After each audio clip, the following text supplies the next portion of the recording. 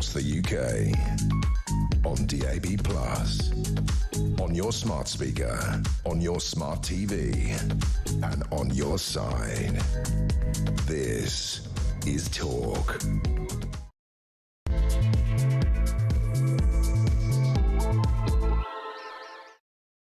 A very, very good morning to you. Welcome back. Well, welcome to the show. It's coming up to 3 minutes past 10 o'clock on Monday morning. This is Talk, the home of common sense, and delighted to have your company, whether you're listening on DAB+ radio or on your smart speaker, watching on YouTube or your connected device. It's just lovely to have you join us. It's another cold, miserable, February morning. A lot of you back at work after half-term. Those of you got to enjoy a half-term break, congrats to you. But yeah, at least you're away from the kids now, eh? Look on the bright side. Jeremy and Carl included. Anyway, lots to talk about on the show. And if you do miss anything, do go to my YouTube page, the Julia Hartley-Brewer Show. Hit subscribe and you never have to miss a thing.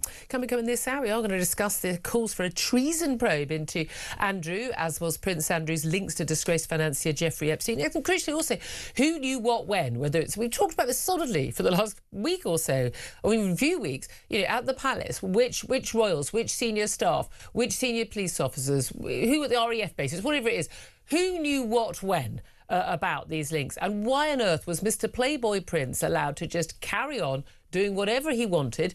Forget even criminality that's been alleged, which he of course has denied, but in terms of his behaviour when he was UK trade envoy and just when he was a prince of the realm. Because again, if you want to protect, if you believe in the monarchy and you want to protect the institution of the monarchy, well, and if you care about it as much as the late Queen, the current King and the future King care about it, they say, you'd have acted sooner, wouldn't you? I'd love to hear your thoughts on all of that. Also going to be discussing reforms plan for a British version of Trump's ICE to deport 300,000 illegal migrants a year. That's going to be announced formally by Zia Youssef, their Shadow Home Affairs spokesman, at about 11 o'clock this morning. I'd love to hear your thoughts on all of that. And we're going to be talking about the billions are going to be spent on special education needs at schools. The government is planning to spend a few more billion, but as most trade unions and others are pointing out, it's not very much extra in terms of a few billion.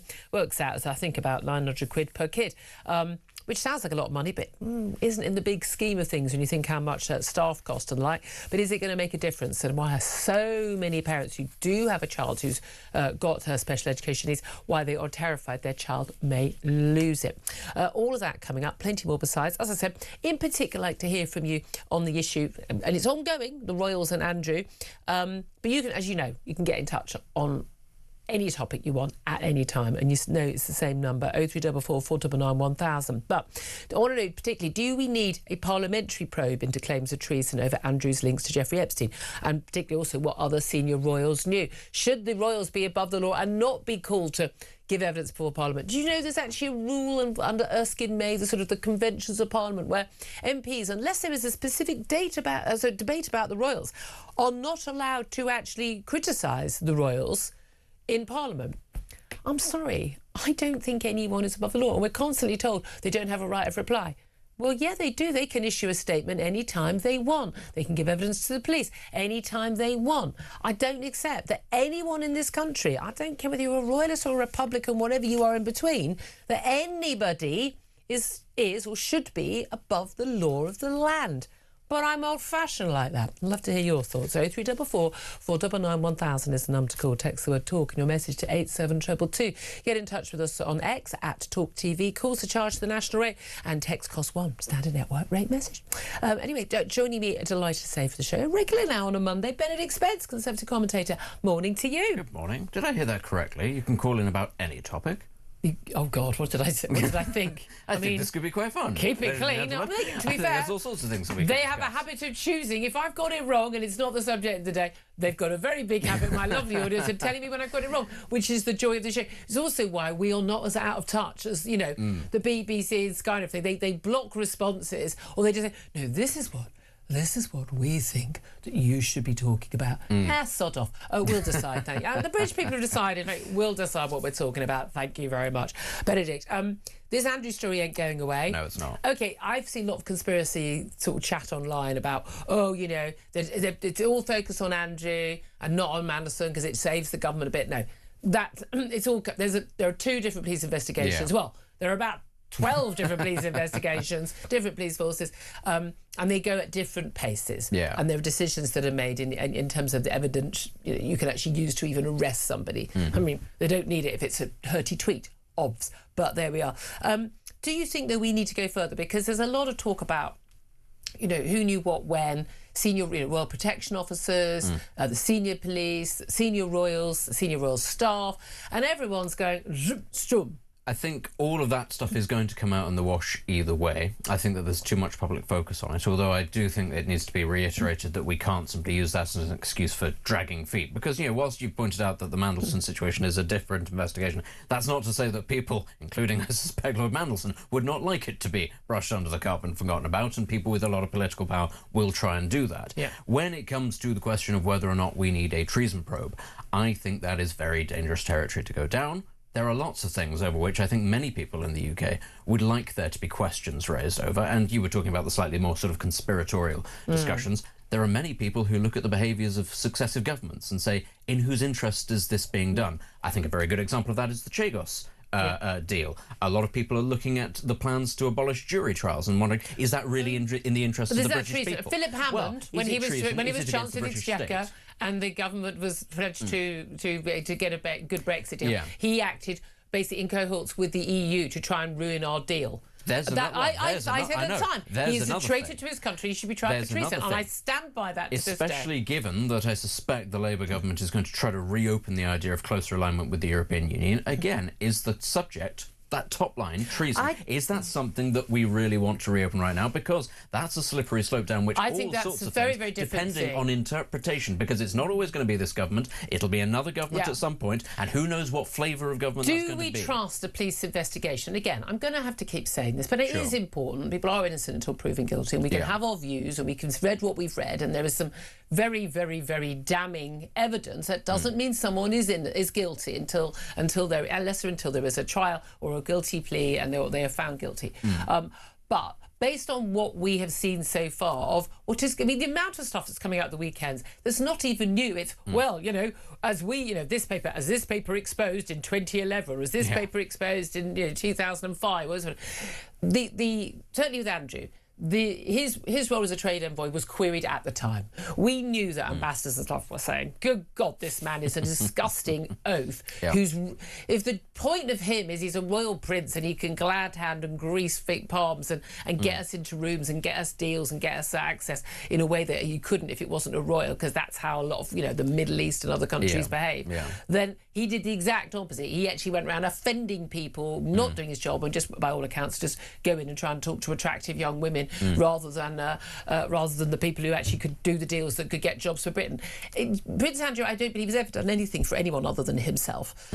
Maybe occasionally his children, but again, if you cared about your children, you wouldn't hang around with a man who had a conviction for doing what he'd done. I'm sorry, it's just awful.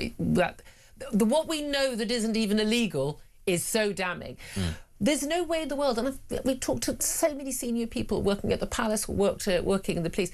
There's no way in the world that senior royal staff and the senior police did not know. And if they knew, the politicians know. They all have these meetings. They know things are said on the slide. There was this debate about would the Queen, late Queen, have been told when she paid the best part of the 12 million quid to pay off a woman who her favourite son had never met but had made allegations of wrongdoing against him in Virginia Giuffre. I think at that point she knew something, OK? I think it's untenable. This incredibly intelligent woman who read all her boxes and knew more about, the country's politics and what was going on than the ministers. I think it's very unlikely she wasn't clued up, and it would have been very, very poor of her staff not to have given her basic information. He was given a free pass. It was allowed. And other organisations, and the Foreign Office, everyone gave him a free pass because he was a royal. I am of the view, like a lot of you will know, I'm not a monarchist, but I also understand that there is a role of that institution. And the late Queen performed that role magnificently. But at the end of the day, you can't protect an institution and which represents the country if you are not ensuring that the highest standards of propriety are upheld. And we are talking about allegations of the lowest standards of propriety. How was this allowed for so long when so many people knew? Forget any allegations of criminality. about everything he did that was just inappropriate and inept and wrong. There have been question marks about his money and his fine. Where the hell is all this money coming from? Yeah. Allegations Mail on Sunday about, questionable bankers who've lost their banking licence, paying off his loans. So, have you ever had a £1 million plus loan and someone has just paid it off for you without asking for anything in return? That's not how the world works. There are clearly questions to be answered, and those questions weren't answered or weren't even asked because he was a royal. I don't want anybody in this country to be above the sodding law. I have to obey the law, and so should they. Yes, they do, although it's unfortunate that we currently seem to live in a time where many police forces deem the law to be optional for everybody. Not just for royal princes, but for absolutely anybody. It depends. Obviously, there's only so much that we can say whilst the investigation is going on, but I think the fact of the matter is, as you say, enough has been reported, criminal or not, allegations of criminal or not, over the last couple of years, that we all have a pretty good idea of some of the things that happened and the timeline on which it happened. So I think we'll be able to spot, actually, this isn't the sort of thing that is going to be easily brushed up. I think that the Mandelson thing is a slightly different one, although even that is still pretty well documented in some papers. We'll be able to spot if there are efforts to sort of drag feet or cover up or anything like that, because so much of it is already out there, either as reported in a newspaper or, frankly, just as hearsay. Lots of people have heard stories about what went on. I imagine newspaper safes are full of stories which are just only now. Yes. But again, there are unless, deals of course, done. Cabinet Office or civil servants try and break into them and dispose of them. And that's another story that we might get to later. Who knows?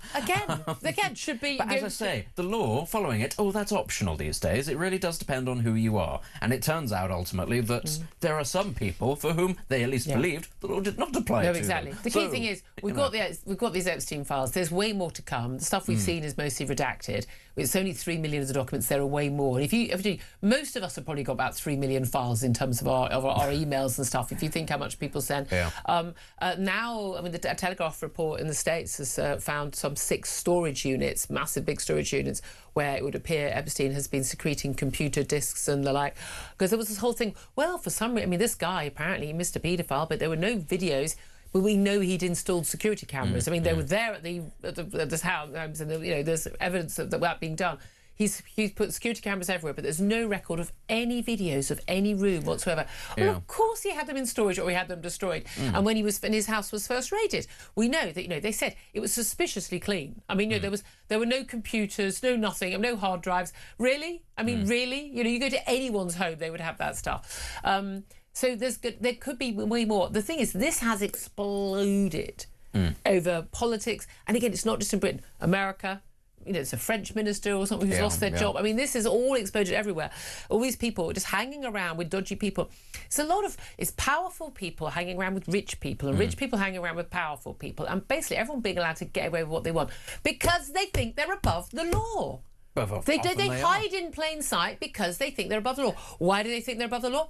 Because they're treated as if they're above the law. Well, that is, again, that is not acceptable to me. Well, this is the thing. Often they are functionally above the law. Actually, if there's no impetus from the levers of the state, which often they are the ones that control, well, yes, they are above the law, even if, in theory, the quiet word is But the other thing is, but it's also the same reason why Jimmy Savile was able to operate. He was above the law. We're finding out about things that have happened in Western countries, in countries where there are free presses and a degree of police autonomy and a degree of political autonomy. There are lots of, part of the reason why these people were selected, people like Andrew, is because they were also asked to do dealings in countries where, frankly, there is absolutely no oversight. There are going to be so many black spots of all of this story where the trail will go cold because it involves a country where we have absolutely no jurisdiction, and frankly, the police in those countries have no jurisdiction. And where this behaviour is normal. Oh, absolutely. Absolutely normalised. Absolutely. Well, again, I worked for various newspapers. I know how things work, and I've also seen things, close up in being a political journalist in government, and I can tell you that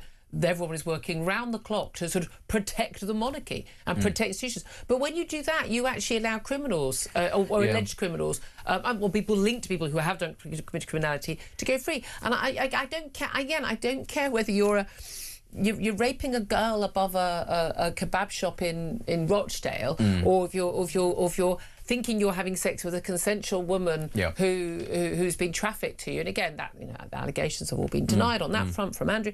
I think that people need to be held to account. I just don't trust What I that would things say, will though, I be think done. it's a similar kind of, obviously not the same sorts of things, but it's the same sort of culture that we see repeated across the political spectrum in this country. The way that the default government response is always to spin, to deny, to obfuscate. Institutions, the NHS, we all know about what happens to whistleblowers. Spin, deny, obfuscate. Police forces, when there are scandals, spin, deny, obfuscate. In this country, we like to have this idea that we are open, that we all this nonsense. All of our institutions close ranks. And all that sort of stuff. Actually, no. The default response is nothing to do with me. It's someone else's fault. But look, bearing in mind, if people are willing to sort of cover up, babies dying needlessly in maternity units to protect their jobs, Still happening, not protect even the institutions that they work for. Yeah. What do you think they're willing to do to protect the monarchy? What, seriously, the powerful people? I am not a conspiracy theorist. I just know how the world works. If they're prepared to break into safes to destroy allegations, can you keep mentioning this? Let's go on to this. New cabinet secretary. It was a whole thing. It was going to be an interim person. Now it's this woman, the cabinet secretary, Dame Antonia Romeo. My view is it's very simple. The same as the press secretary.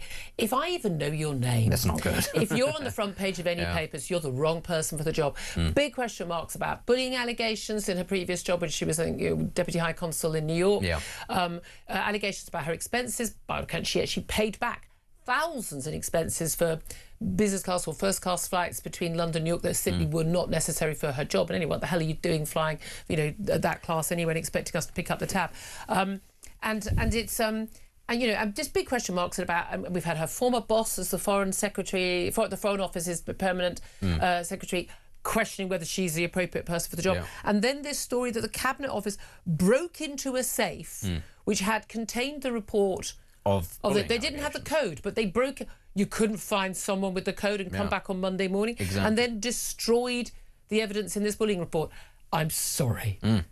What? This was the thing. I was prepared when I heard. So, first couple of things. First allegations were she was a self-promoter because she liked to hobnob with the rich and famous. Oh, good for her. I've got no issue with that. I've got no problem with that. Somebody said, she had photographs of herself in Vogue in the laboratory. Look, if there were photos of me in Vogue, I'd have them in the laboratory as well. The next one was she was a bully. Okay, we all remember Priti Patel, Dominic Raab for trying to get things done in the civil service. Sometimes you need to be a bully. I was prepared to sit there. I don't think it's bully. I doubt it is bullying. I bet she asked someone to do their job and they didn't do it. You're prepared to sit there and go, listen, if this is all that there is, but the more that comes out, and that really was, when her former boss, I think it was Lord MacDonald, said, actually, I'm not sure about this at all. You sort of sat there going, listen, due diligence. That's not the sort of thing that a former civil servant would come out and say normally at all. But it's when you hear, actually, they broke into a safe. And as you say, it's not, we haven't got the key. Well, could we find who's got the key? It was just, no, we need to get this done. We need to get it done now. We're prepared to damage a safe to do it. Where's the oversight? I'm sorry, that is... Who were they answering to? Who was it who made that decision? Why was it in a safe? Exactly. Why did it need to be in a safe? Presumably because somebody was going to try and destroy it. For this to come out, and it almost not to make a ripple. And there were lots of Sunday Times journalists yesterday trying to push this story, going, guys, this isn't normal. Can we please have some attention on this? This is going to blow up in Keir Starmer's face, just like the Sue Gray appointment blew up. Just like he's lost direct communications. He's lost his US ambassador to Washington. He's lost half of his front bench. He's lost front bench. Yeah. I mean, he lost his anti-corruption minister. No, but he lost his chief of staff, well, two chiefs of staff. I can guarantee you, and then Prime Minister. Appointed this guy, the previous guy, Wormald, has come to secretary after failing at the Department of Health. She's being appointed after doing such a good job. Apparently, let me check my notes. The Home Office. Yeah. I mean, reassuring, basically, if Keir Starmer appoints you, you're probably not going to last in your job very long. Just a small point worth making. But good luck with that, Dame Antonia. Let me also talk about SEND spending. Now, this is all about special education needs now, and this is one subject. Oh my goodness me! If you open the phone lines on this, you just get you're not allowed to say anything about it, not allowed to write anything about it, because you'll immediately have hundreds of people say, my child has really, really, really, really important needs, and we haven't had the money, and we've had to fight for it. Blah blah blah. Yeah, and this is the problem. What you do is you've got kids who desperately do need help and funding and individualised help and very, very specific help. And we should be doing that. That's what a civilised country should do. But then you also have a large number of people whose parents are playing the system, either middle-class parents playing the system to get little Johnny and Jane a little bit extra exam time and extra one-on-one reading help. And you've also got the parents who, frankly, just utterly failed, and no one's, the kids don't have a bedtime. They live on fizzy drinks. And what a surprise, they can't concentrate in class. Shocker. Yeah. Now, you've got that situation where they're saying, look, no one's happy. No one is happy. It's not working out for anybody. But we've also got billions and billions in debt for councils who have to pay for things like transport. But the government says they're going to spend billions more to make mainstream schools in England more inclusive for pupils with special education needs and disabilities. SEND. They're talking about a total of 1.6 billion over 3 years going to the schools and colleges and things, and 1.8 billion over the same period to provide more access to experts like specialist teachers, language therapists and the like. But this works out as, I did my sums wrong, over the 3 years, given that there's 1.7 million pupils with SEND at the moment, have actually been, of the pupils in England. That tells you something, by the way. 1.7 million is too many kids. It works out on average a year per pupil who needs help, 675 quid. Yeah. I mean, just on the going hourly rate for these specialist teachers. This is a drop in the ocean. You might as well set fire to it. And Bridget Phillipson, the Education Secretary, announcing some of this yesterday, doing that very irritating thing of, I've got a major announcement on Monday, and I can't tell you too much about it because I'm doing it on Monday, but I'm here on the Sunday media round to not be able to talk about it, so you can't ask me probing questions. But refused being asked at least 10 times by journalists, does this mean that any child will lose this? And refusing to answer.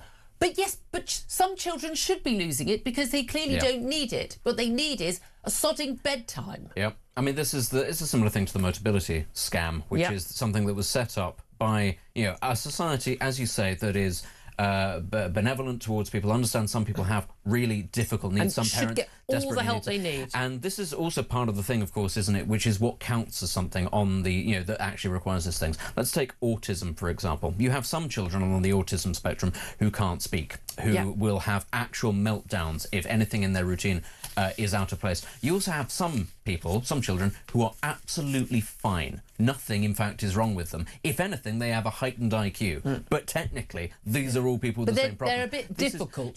They can be a bit, well, frankly, we might once upon a time have called them rude. But actually, you're not allowed to discipline children these days because, that's not very, that's not very friendly, is it? But this is part of the thing about SEND. SEND, straight off the bat, is a number of local councils have already said this is actually going to bankrupt us. This is the thing. Not migrant hotels or anything like this or social care. This is what is going to bankrupt us. In fact, some of them are already functionally insolvent. A. B.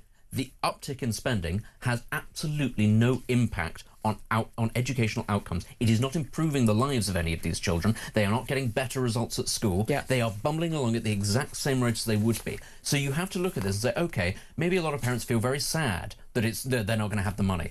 Actually, what outcome is it going to have? Nothing at all. So what's the justification in keeping it? This is about educational outcomes, not about whether or not your kid has a slightly easier journey into school or, different coloured rulers or whatever it is. What is the outcome? If the outcome is negligible, they don't need that money. That money should be gone. It should be gone somewhere. But again, you also have to remember that money could be spent on other kids. Exactly. There is an argument also about a lot of parents, they want their kids in specialist schools or they want their kids to be involved in mainstream school, but that always needs to be considered alongside what impact does that have on the children already in the schools. Just before we go, because we're going to take your calls in just a couple of moments. I do want to hear from you on any of these topics. 0344 499 1000 is the number to get in touch. But I do want to just play a quick clip as well. Sorry, this is, incredible. This emerged over the weekend, and this is of a. I was genuinely quite surprised to see this. This is of a WPC, a police officer in Whitechapel, who was defending. This is going to blow your mind, everybody. Defending the right of free speech of a Christian preacher who was outside a mosque in Whitechapel, and a load of local men who declared themselves to be, and you would guess from looking at the video, Muslim, basically arguing with the man and wanting the police to arrest him and take him away. Have a watch and a listen to this exchange. I hear what you're saying. In this country, we have freedom of speech, the same way you guys have your freedom of speech. Now, you guys don't need to see eye to eye, and you don't need to agree, and you're all more than welcome to stand here and have conversations with them, but they're not being aggressive. This is East London, this is Whitechapel, Bengali area also, Muslim area. I understand that you guys don't want to hear it. I would recommend that you just move away and don't listen to him. I hear what you're saying. This woman is an absolute hero.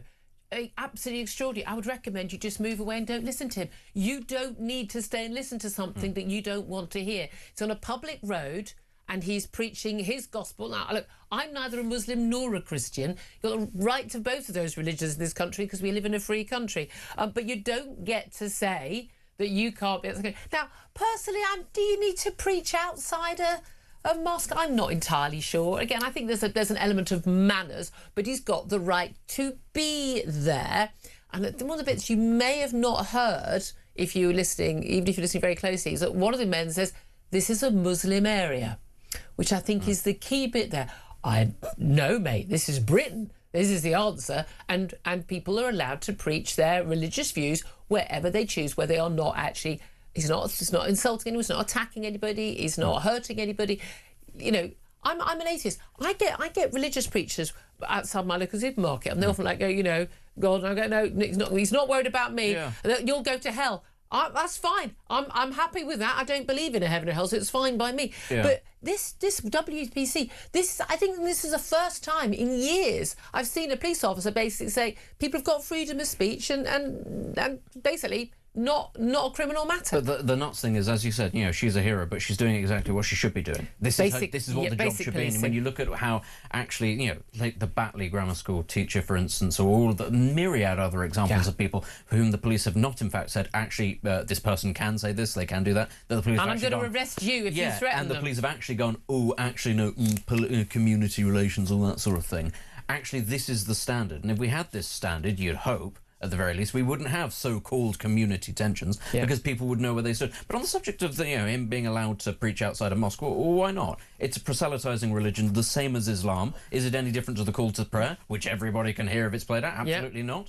I think they're well within their rights to do that. If you have a standard where you say all religions are equally permissible, actually it says in Christianity, it says in the Gospels that you're supposed to spread it the same as it does in Islam. What I would say is, at the very least, there's nowhere in the Gospels that it says go around with spears and swords and actually attack those who don't convert, whereas in the other one it does. Let's be clear, there is a clear difference between the two. And it does. A simple matter, I know, it is a job. That WPC, thank you for doing your job. Again, we shouldn't be applauding it. It should be the norm. But thank you. We need to know we've got one.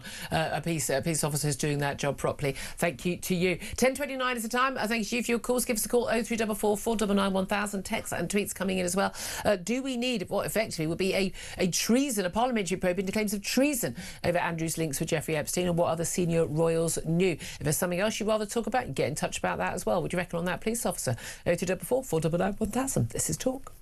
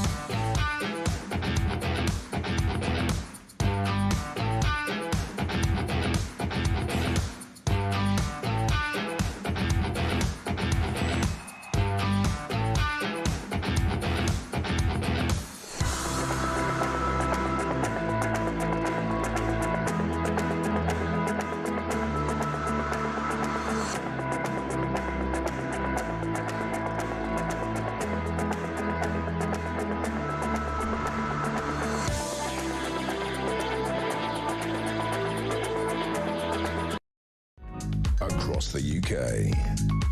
On DAB+, on your smart speaker, on your smart TV, and on your side. This is Talk. Morning, welcome back to the show. Let's get straight to your calls. Dave is on the line in Exeter and wants to have his say. 03444 499 1000 number for you to call to get in touch as well. Good morning to you, David. Good morning, Julie and Benedict.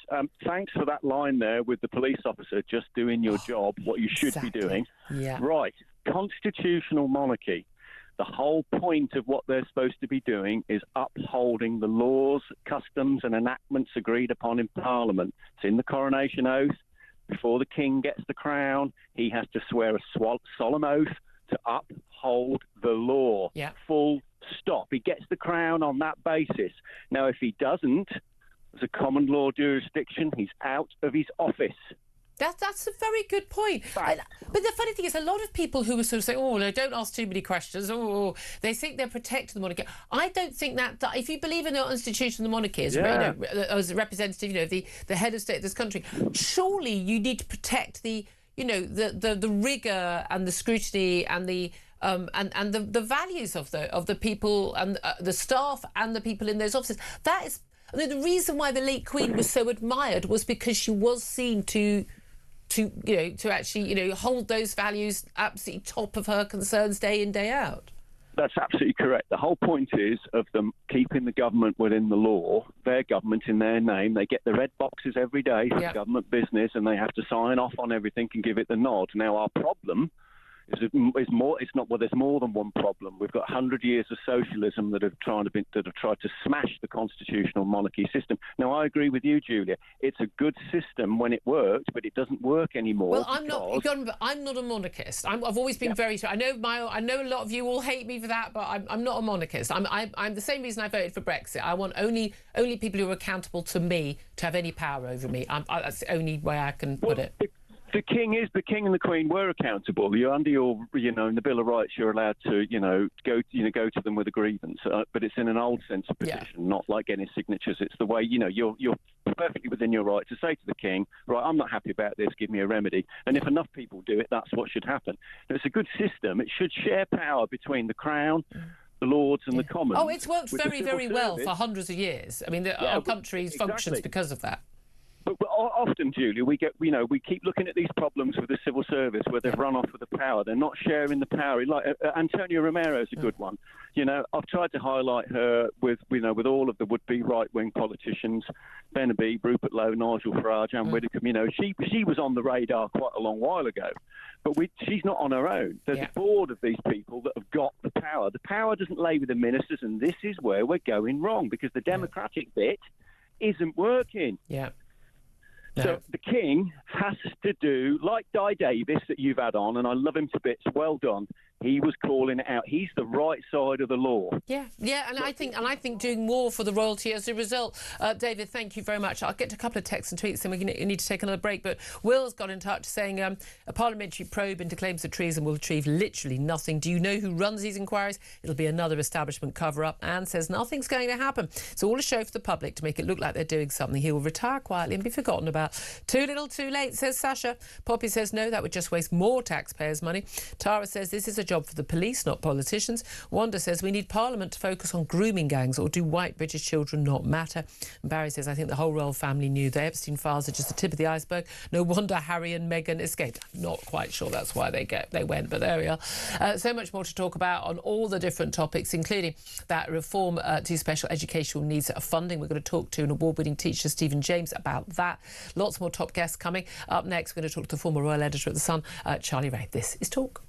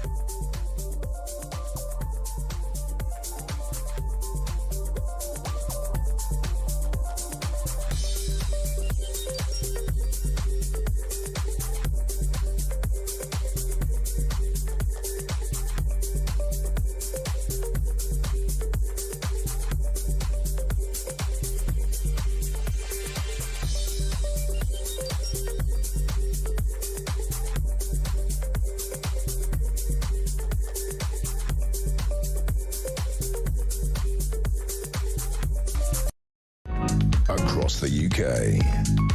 On DAB+, on your smart speaker, on your smart TV, and on your side. This is Talk. Morning, welcome back to the show. 10:37 is the time. As I say, lots more topics coming up, but let's turn back to the Royals now with Charlie Ray, former Royal Editor of The Sun. A very good morning to you, Charlie. Good morning, Julia. Thank you for joining us. I mean, this story just ain't going away. And looking at, police probes into Andrew and indeed to Lord Mandelson and all of the wider revelations we've seen a lot more over the weekend about, all these different claims, some allegedly criminal, many not criminal, just about oafish behaviour and RAF planes and who knew what and who knew it. The tentacles are spreading much wider. It's going back many, many years, and it is reaching all the way to the top of the current palace, including the King and indeed Prince of Wales as well. How damaging do you think this all is? And do you think that some sort of parliamentary probe would be relevant? Well, first of all, yes, it is damaging. There's no point saying it's not damaging because it clearly is damaging. It overshadows things that the royal family do. I mean, you've just got to look at some of the public outings that they do, their normal job, if you like, and there's people calling all sorts of things about what did you know about Andrew. Now, the thing that's always fascinated me about this case, now way before any of the allegations about corruption in public places from Andrew allegedly, he had the allegations of sexual impropriety, which again he denies fully.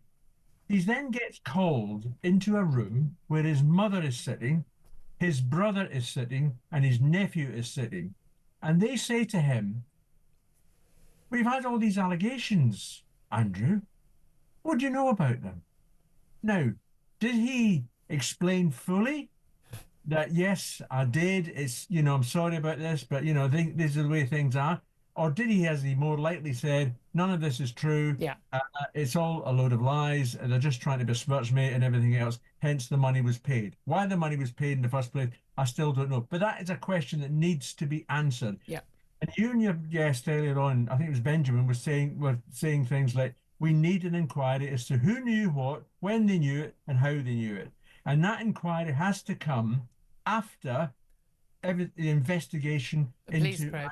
But this is the thing. I mean, police probes, these things can take years. There's a lot. I mean, I think we were all pretty shocked on Thursday when the police turned up at the Sandringham estate, and then to learn, I think half an hour later, that the former second, I mean, at one point he was second in line to the throne, for goodness sake, had been arrested and spent 12 hours or so in custody. And that extraordinary photograph of him that ended up on the front pages of pretty much every paper in the world on Friday. But a lot of people will be saying that, but a lot of information. Now, this is all related to the latest stuff of the Epstein files and the implications again, which he's denied that there was he'd leaked information, confidential government information to Epstein, which would have been financially beneficial to him. But all the allegations about the oafish behaviour, the inappropriate behaviour, and various other and question marks over his finances. They've been around for decades, Charlie. Absolutely. And I think you've got to clear the board. I mean, you say, well, how long is it going to take? Well, look, just how long did it take for the COVID inquiry to come? The post office scandal inquiry. This is not something that's going to happen next week. They're talking about removing him from the line of succession, which is fine. I mean, he's never going to be king in any case. Or that's a very, very tragic course of events for all the others in line to the throne to die before him. Well, exactly. So that's got to happen. Yes, I'm convinced he will be removed from the line of succession at some stage or other. But the actual, I mean, if you looked at the Sunday papers yesterday, as I'm sure you did, Julia, I mean, I got them, the poor paper boy had to carry them into the house, and drop them on the carpet. And it was like a brick. I mean, it was like a ton of brick. And I couldn't get through all of it. Most of it is repeated stuff, as you well know. It's going through all sorts of things. But there are things there like, Tom Tugendhat is calling for a treason investigation. Well, why isn't he mentioning Mandelson in all this? Because that's the same sort of thing that he's being accused of as well. So it just goes to show that they're focusing on Andrew. And I'm not saying that's wrong. That's absolutely right, because he is the alleged villain of the moment and he needs to be investigated. He absolutely, without a shadow of a doubt. But it seems that Manderson's suddenly gone on the back. But there was a point when it was all about Manderson. We weren't talking about it. But this is the thing. These police investigations, they take a very, very long time. We know even the most simple police investigation. If and when any charges are brought against either man, it will then be many, many months before any case comes to trial. And all that time, there'll be people all over social media and people outside this country and beamed into our country on the internet saying, you know, why is there a cover-up? Why is there a cover-up? But of course, at that point, it would be, if there is any charge, it'll become sub judice. We wouldn't be allowed to discuss it, and quite rightly, because someone's innocent until proven guilty.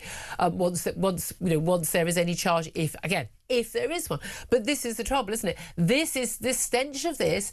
It's just everywhere, like this miasma of just stench that is just all over the palace. Do you, from your experience, I mean, we know we've got, you know, people like Di Davies, who's former head of Royal Protection. Sure. We know we've got Dickie Arbiter, former press secretary to the late Queen. These are people incredibly well, you know, knowledgeable. They've been at the top level of their game. They know their stuff. And there are an awful lot of them. Andrew Lowney, in his book, you know, being very clear that, you know, there's an awful lot of information that senior palace flunkies, should we call them, would have known. Would they have passed it on to senior royals? Is there a point for them to come out and say publicly what they did know, what they didn't know? And if they were if you know, the likes of William want to say, I asked my uncle about this and he lied to me and he said it wasn't true. Even though there would have been evidence, we believe, brought to them and their aides telling them that he was going to be a problem. If they covered it up, does that raise question marks about, and I think the allegation is specifically related to the king, does that raise questions about his future as our monarch? It's possible. I mean, I have to say, Julia, I do not believe that the King and the Prince of Wales were involved in a cover-up, because if you've got the guys telling you one thing which clearly turns out not to be true, and let's remember, Julia, it's never the alleged crime. Always, always the cover-up. That's always the cover-up is the thing. Now, the King himself has made it clear that he, rightly so, as many of your listeners and viewers have said, that nobody is above the law. He's made it quite clear that any questions the police want to ask, he is prepared to answer in any case. So he will, if I believe the King will eventually be asked those questions, and will Prince William, as to what they knew, when they knew, and how they knew what went on. So I think there will be an investigation. Yeah. It won't happen next week. It won't happen next month. But there will be an investigation. However it works, an independent judge, a parliamentary investigation. But there will be something that goes wider than just the current criminal investigation. Yeah. Do you trust that the authorities, you know how things work. You know, you've been at the top of your game as a royal editor for many, many years. You know that there are deals done, and you know, can you not? Whether it's a celebrity, there are literally people whose jobs have been as celebrity handlers. So, right, I know you've got a story about my celeb or my politician having had an affair. If we give you this story, will you guarantee not putting that on the front page? We know that happens, and we know the Buckingham Palace has done that over the years as well. Yeah. So do we trust that we're going to get to the bottom of everything?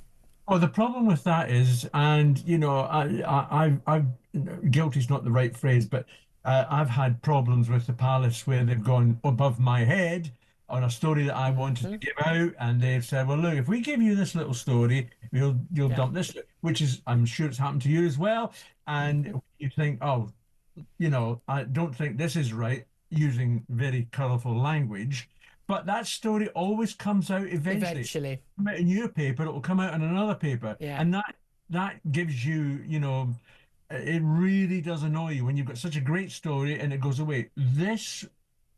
I'm confident there will be an investigation, and I'm confident it will be a correct investigation, like the Post Office, like the COVID inquiry. That we need to get to the bottom of who knew what and when. The problem we've got now is we've got so much stuff coming out, so many investigations. I think it's 12 investigations of it. Yeah. Lost track. That was when we came on air. It's probably more now. But we're now, and as I said to you before, Julie, I do not want the fact that women were trafficked into this country allegedly for sexual gratification of certain people. I don't want that to be forgotten. 100%. Much 100%. more. I actually, in some way, think that's much more important than him leaking a couple of emails. Yeah, And allegedly. I'm not trying to belittle it. No, at all. I completely agree with you. I think that's where most people would be as well. Charlie Ray, always good to talk to you, former royal editor of The Sun. Thank you very much indeed. Interesting, Benedict. I think the urge of any organisation, we talk about, whether it's an NHS trust or whether it's the government, whether it's the palace, is to, let's try and make this go away. In the age of the internet, you kind of, and social media, you can't really make things go away anymore because you can't. You can talk to some editors of national newspapers or the BBC, the Director General. I say, old chap. But that doesn't stop someone publishing something on X. It doesn't really, and it's interesting, of course, because we've got all of this going on at the exact same time that the governments, not just in the UK but in Europe as well, are sort of desperately trying to clamp down on the ability of social media platforms to operate. And you just kind of think, I understand where that comes from, but the genie is very much out of the bottle now. You can't just stop it, which is probably also why they plan on banning VPNs, because they don't understand how that technology works. Exactly. 10:48 is the time. Love to hear your thoughts on all of that. 0344 499 1000 and your thoughts on the extra funding and the reform. We're told, again, it'll be many years, it's barely any money, of special education needs funding. We'll talk about that up next with award-winning teacher Stephen James. This is Talk.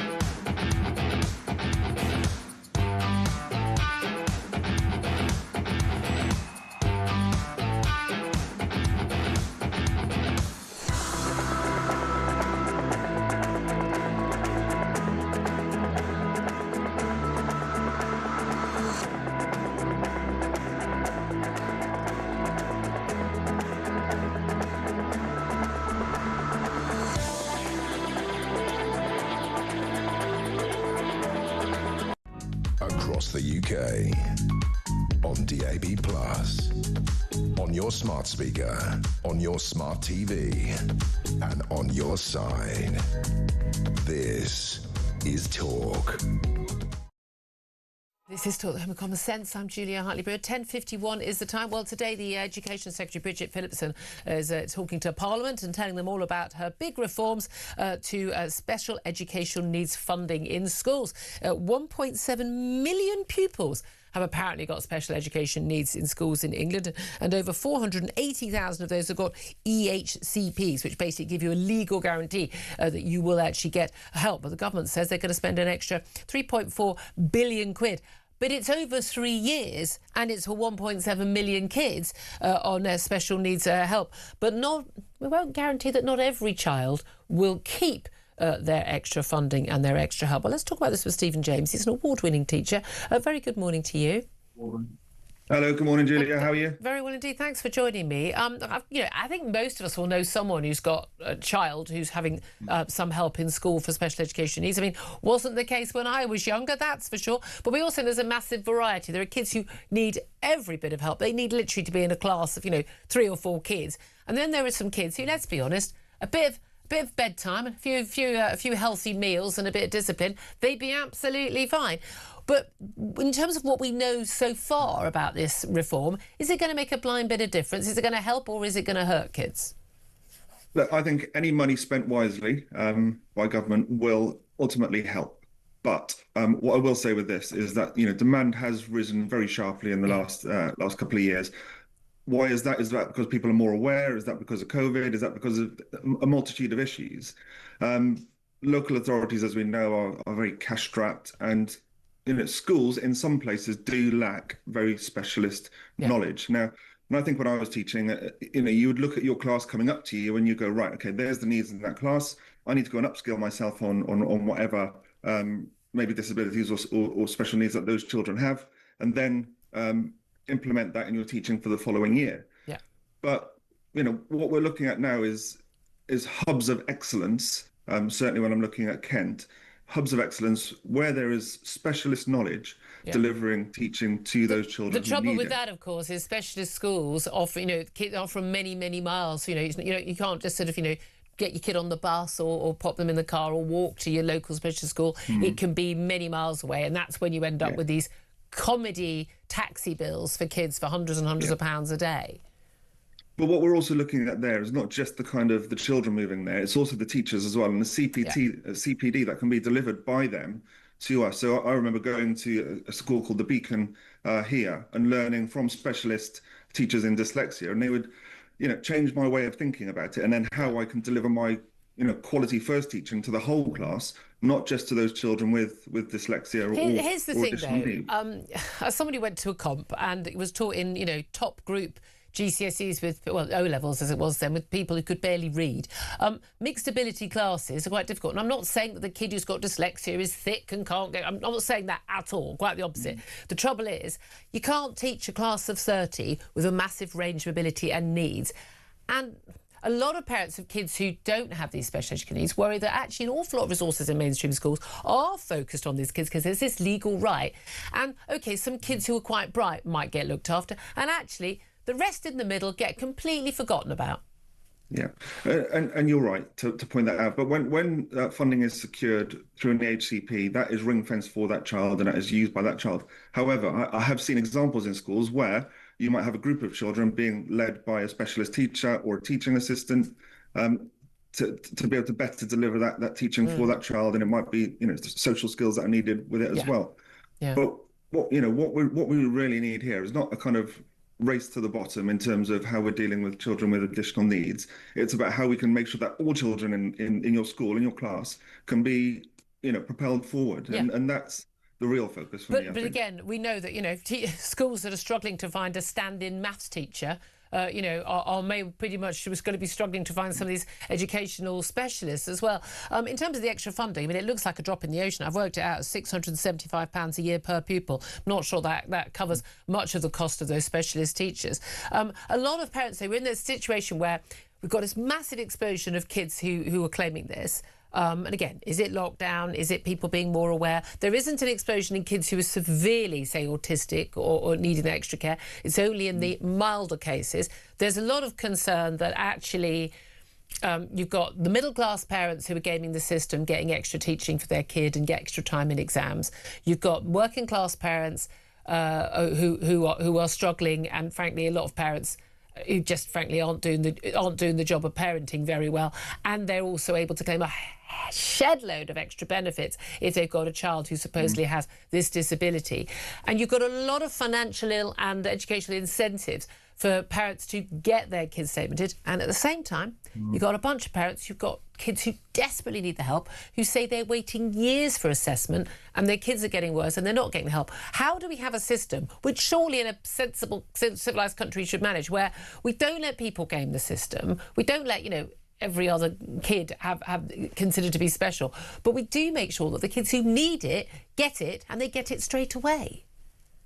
I think what you're pointing out there is the inequality amongst parents, and that is huge as well. And I've encountered parents before who've wanted to find a diagnosis for their child, and they come in and say, right, can I have some evidence for this? Can I have some? Can I get your opinion on that? And I'm not a child psychologist, so I can't make those judgments. But what they're doing is they're then going off and paying to a private practice to get that. And by the way, if you pay diagnosis. privately, you get the diagnosis you want. Absolutely, and then they come into me and say, right, my child's got this additional need. Yeah. What are you going to do for them? Expecting like their child will get an advantage over others. Yeah, it's called cheating. We used to just call it cheating. Now we call it this, but you could call it that, I suppose. But I think what again, we need to really focus in on what core education looks like. And I also think our curriculum is far too wide. We need a knowledge-rich curriculum. If children are leaving school not being able to read, write, and count, that's a real problem for me. So regardless of where the spending is being spent, I mean, to leave a child like that, Well, and your own children as a parent, your children leaving you to take on the wide world without being able to read and write is, it's a reflection on you. So although I've got some questions for those parents as well. I'm sure you do. Put down your phones, pick up a book, get them from the library. They're free. Sorry, but let's. And this is it. We need to put education in the hands of the professionals, and let teachers make decisions on at the chalk face and go, right, this is my class. These are the specialists that I need to do my job effectively, to make sure that all the children in my class are able to progress, not just those with special needs or those that are high attaining. Okay, great to talk to you, Stephen James, award-winning teacher. Thank you very much indeed. Benedict Spence, I mean, were you special needs or high attaining? Or were you just one of the average kids at your school? No, but I think genuinely. I think what do you think? People's perspective. High attaining. I think people's perspective on these things are always down to what kind of school. Did you go to a comp? Did you go to school where you basically had everything and you would talk? Yeah, you know. What do you think? Yeah, that's the thing. I think it massively affects your view on these things. It's tricky because I really do believe fundamentally in the rights of parents to have as much say as possible over their children's education. But in this country, there has been a real breakdown, disconnect, whatever you might call it, where there are far too many parents who, for whatever reason, do not take that much of a role in their children's education. Therefore, the state needs to step in. Problem is, many parts of the state sector, in fact, also do not meet requirements. I just don't believe for a moment there are 1.7 million pupils with special education needs in this country. There simply are. And every child that doesn't really have it, if you're getting the benefits or you're getting exam advantage, is taking away from another kid. Yeah. This is Talk. We are the home of common sense.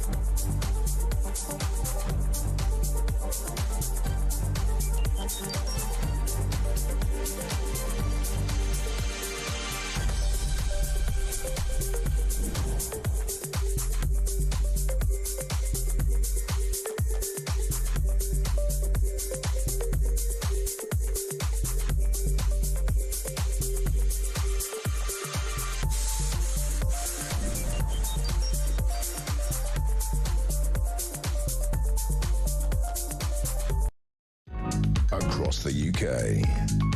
On DAB+, on your smart speaker, on your smart TV, and on your side. This is Talk.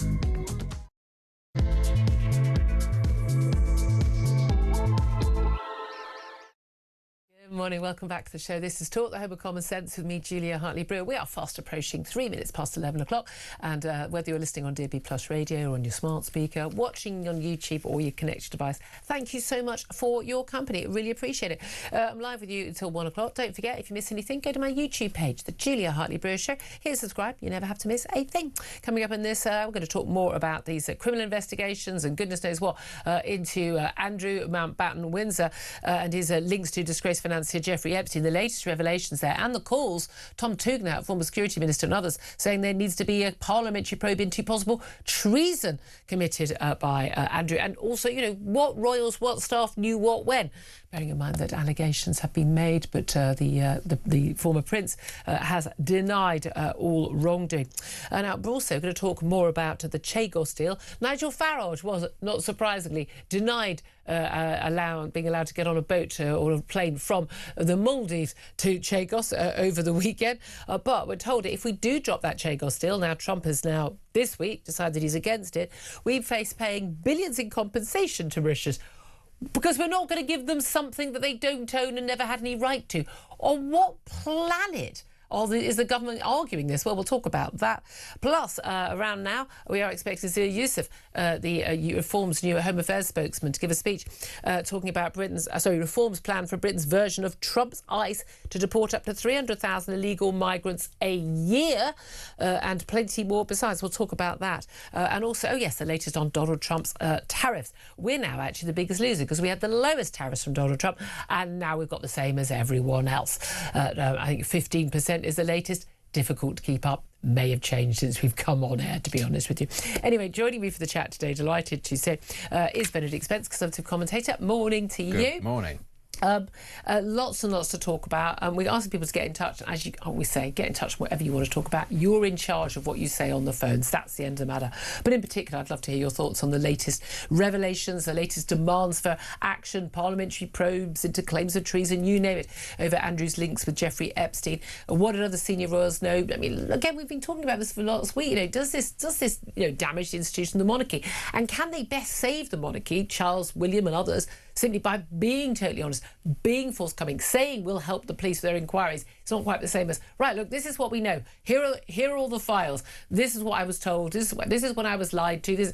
Open the doors is what I would suggest. Give us a call, 0344 499 1000. Let us know what you think. You can text on 87222. Get in touch on X at talkTV. Calls are charged at the national rate, and text costs £1 standard network rate message. Benedict Spence, let's just come back to this bit. There's lots more I want to get into as well. Good God, we've talked a lot about Andrew. You know, the worst thing about this is that we're talking about Andrew.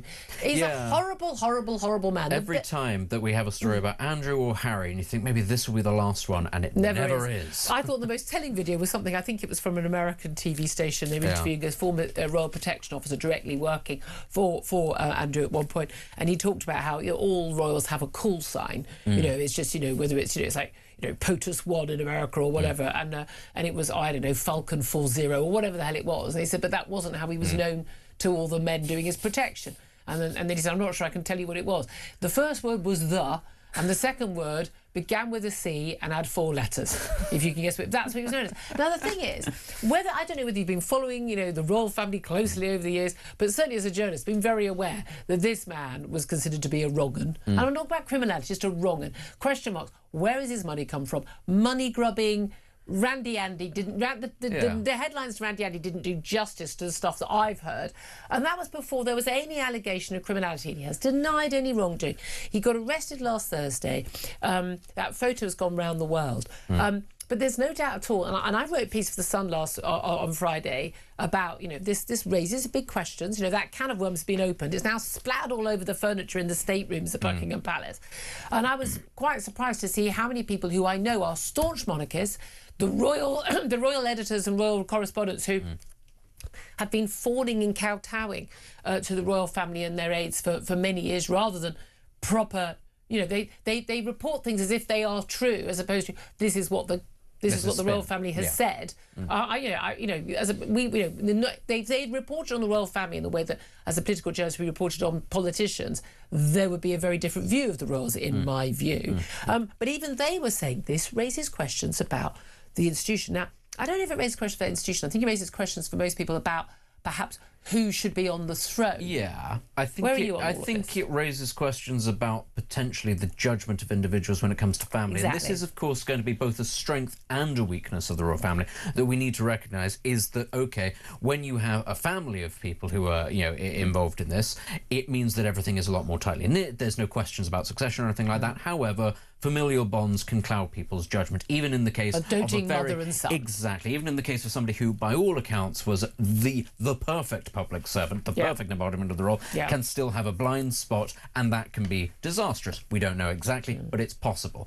I don't think it's going to be the end of the royal family or anything like that. I don't even think necessarily it's going to take a great sort of reckoning for the royal family. What I do think it provides is a morality tale and a warning to future members of the royal family, just to say, in much the same way as what was the name of the king who had to abdicate? Edward VIII.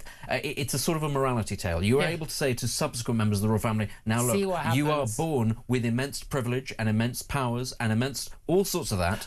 Here is what can happen. You are not protected absolutely and totally. Well, this is the interesting thing, is actually lots of people pointed me over the weekend about actually how many royals, because I was saying, I don't understand, if you're a monarchist, you can't say we want Andrew out of the line of succession. No, this is the deal. You want one family and you take the one who's born first, his or her kids, and then the one who's born second. If that's the deal you want, I don't think you should pick and choose, but actually the history of the British royal family is actually a lot of picking and choosing of who is and who is not suitable for that role. But that's about people protecting the institution. Look, I don't believe for a nanosecond the institution of the royal family is going to fall over this. This isn't a man who was king. This is a man who was, the spare, OK? And from a pretty early age became the spare was utterly irrelevant. But they were trying to give him a role. But it does raise questions about judgment. There are questions about Charles's judgment long before he was king, these spidery letters to ministers, inappropriate for some, very, very much pushing political agendas, very much inappropriate for someone who had to be above politics. A lot of that's covered up. We've only seen a fraction of those. These, carrier bags full of money from Middle Eastern businessmen, a letter from his closest, longest-serving, most loyal aide, in black and white, saying, we'll sort the knighthood for you in return. Yeah. I mean, it was blatant stuff. No charges brought on that. The king comes to the throne. That whole story, it was in the Sunday Times, disappears. OK, the king has had cancer. The king is elderly. He's on the throne. There is a concerted, I would say, establishment effort from governments, even Keir Starmer, who is, we know, not a monarchist. He is a Republican. He's been very clear in the past about that. But once you are Prime Minister, it's a very different job. Of course. I imagine that Tony Blair was actually a Republican as well. But then when the Queen was in dire straits and the now King, over Diana's death, perceived not to be in tune with the nation grieving. Yeah. It was Blair who stepped in to help. I think that a lot of that is because even the most Republican Prime Minister recognises the collapse of the monarchy is a constitutional crisis that absolutely nobody in office would want to actually inherit. Exactly. It's all very well to think about it in the abstract. If you are the Prime Minister that's in office when that happens, think Brexit and then times it by 100. Yeah. And that did for Cameron. He thought, absolutely not, I don't want anything to do with this. So just imagine that set of circumstances. We've spoken about everything that surrounds the royal family a lot. I think when it comes to Charles, I don't want to say it's completely irrelevant because he is king now. There's no getting rid of him unless he abdicates. But I think all we should then say is, and I'll go back to what I said at the start, it's a morality tale for what comes next. I think Prince William has a slightly sharper mind, certainly a better head on his shoulders than his father or certainly his uncle. I think he's aware of this. I think that ultimately, you want to know why I don't think the royal family is on the cusp of collapse? Because I do think, as much as he leans into a lot of trendy topics, mental health, all that sort of thing, I do think he gets it fundamentally, that you can't carry on like you have before. And once his father is off the throne, I think the royal family will evolve naturally. Yeah, I think that's a very, very interesting point. Love to hear your thoughts on this. 0344 499 1000 is the number to call. Right now we've got two different speeches going on. The Education Secretary, Bridget Phillipson, is giving a speech in Peterborough. I know. How special back in the room. Special education is the reason we don't take these things live. Also, at the same time, we just had Nigel Farage back from the Maldives. It was a quick fishing trip. I mean, very important. Very important stunt. trip to Chagos Islands that didn't happen. Well played. And so Zia Youssef, the shadow, they call him Shadow Home Secretary, he's not, he's the Home Affairs spokesman. He is giving a speech. Now let's talk about what he's announcing, because we've all discussed what Richard Phillipson's announcing. This is really interesting stuff. And a lot of it, I think, we kind of knew already, but certainly Nigel Farage launching the press conference said nobody in Britain has ever voted for a government that promised mass migration into this country. Yeah. Tony Blair onwards, every single government that's got elected was absolutely explicit they would cut migration. Do you remember? Let's all have a little chuckle on a Monday morning. We're going to get net migration down to the tens of thousands. I mean, frankly, there was a point a couple of years ago getting it down to the hundreds of thousands would have been a good thing, because it was we were about to creep over. I think one year we actually had 1.3 million people gross into the country, and the trouble is, again, it's the people you're getting in as opposed to the people you're losing. And if the people we're losing are our young, brightest and best who are just trying to go somewhere where there's going to be jobs and opportunity, and we're losing, and we're having a load of people coming in from, I'm sorry, but from some sort of mud hut in Pakistan with no skills whatsoever and doesn't speak the language. I'm not sure that's a fair exchange. No. I don't think that's a political or controversial point. But there we are. But Reform UK are pledging to, they say, restore Britain's Christian heritage. It's interesting, given the criticism there's been of Zia Youssef, because he's a Muslim, and I think blatantly outright. Yeah. Let's face it, anti-brown skin, racist views of him. But they're going to stop churches being turned into mosques because of planning to sell that, which genuinely is happening. Yeah. They're going to deport almost 300,000 illegal migrants every year with the British version of the Immigration and Customs Enforcement Unit, ICE, in America. They're going to have the capacity to detain up to 24,000 migrants at a time, run 5 deportation flights a day, not one every month. Radical overhaul of the immigration system. Britain's borders put on a war footing. And one of the things, the Christian heritage, they're going to be talking about how, the social contract has not merely been broken, it's been shattered. Of course, leaving the European Convention on Human Rights, all of that. And a legal migration mass deportation act to compel the Home Secretary to deport illegal migrants and to block judges from intervening. Crucially, also, visa bans on particular countries which are refusing to take back illegal migrants: Pakistan, Somalia, Eritrea, Syria, Afghanistan and Sudan. And they are some of the countries we get the most illegal migrants from. I mean, I've got to be honest with you, and again, I'm not party political on this. What's not to like? Yeah, there's a lot there, I think, that's positive. Although I would say, straight off the bat, I do think it's very amusing, the timing that this is coming out, a couple of days after Rupert Lowe decided he was going to launch his own thing. Lots of people have been sitting there saying, that's a sideshow, it's an irrelevance. That may be, but it has come, very quickly afterwards, and he's gone down the whole. Isn't it more significant that there's a by-election coming up on Thursday? No, I don't think so, because I don't think talking about returning Britain to its Christian roots has anything to do with the interests of people in that particular constituency. I don't think it matters at all. It's not something that's coming up on the doorstep. What I would say is, on the subject of churches being turned into mosques, that's a very good policy. It's kind of ironic, given that to not do it. Yeah, to not do it, because once it's a mosque in perpetuity. In Islam, there's no such thing as a deconsecrated mosque. You can't, and this causes real problems in Spain, where places like Seville and Cordoba, where you've got those large cathedrals where Muslims demand they have the right to worship, and actually the Cordoba's got this amazing mosque where inside in the middle of it, in Cordoba, where you've actually got a big church. Yeah. And they just, I can't remember, I haven't been there, I can't remember, did they build the church inside, or did they build the mosque around the church? And then it was a mosque, and then it's a bigger church. And this is the point, is that the Catholic Church turns around and goes, no, this is ours, and the local, the socialist government of Spain goes, aha, actually, yes, you have to let them in. And that causes all kinds of problems because, it's never good when you have these shared prayer spaces. They're not real. They get taken over by one faith in particular. It's a good thing that actually these things are also preserved and the money set aside to them to preserve them, because this is part of our national heritage, whether or not they are used for worship, whether or not they're deconsecrated. But I don't think that they should be given over to another religion that says very specifically, once this is ours forever, and we can always come here. On the subject of a British ICE, nice idea. Can't start until you've actually replenished both the police and the armed forces. The US version of, the US ICE it's tooled up, it's packing, it's its own separate thing, and it operates in a certain way that wouldn't really be possible in this country without the support of the police or the armed forces. That takes a lot of time, takes a lot of money. You need to recruit these people, you need to train these people, you then need to change the laws to give them certain protections, because we've all seen what happens to police forces and members of the armed forces who, you know, when you've got those sorts of lawyers who go after them about human rights violations. It would also be very tricky because, unlike in the United States where it's very sort of spread out illegal migration, in the UK it congregates very aggressively. You're going to be going into certain areas and where people will push back, and we saw this in Hare Hills, and that wasn't even the sort of people that we're talking about. That was the Romani community. That was a different one. So just imagine what will happen in places like Bradford or Rotherham or that sort of thing. That'll have to be done in cahoots with economic policies to actually say to people, look, we don't want to force you out, so what we're going to do is we're going to make it less comfortable for you to be here. It'll therefore take time. This is not hostile environment. Yeah, exactly. It's not the sort of thing that'll happen. I'm very, very clear on this. I think it should be very simple. If you're here illegally, you know, you've basically got, we're going to let you pack up, sell your home, whatever it is. You got 2 months, whatever month we're going to, and you can sell up, you can get the money.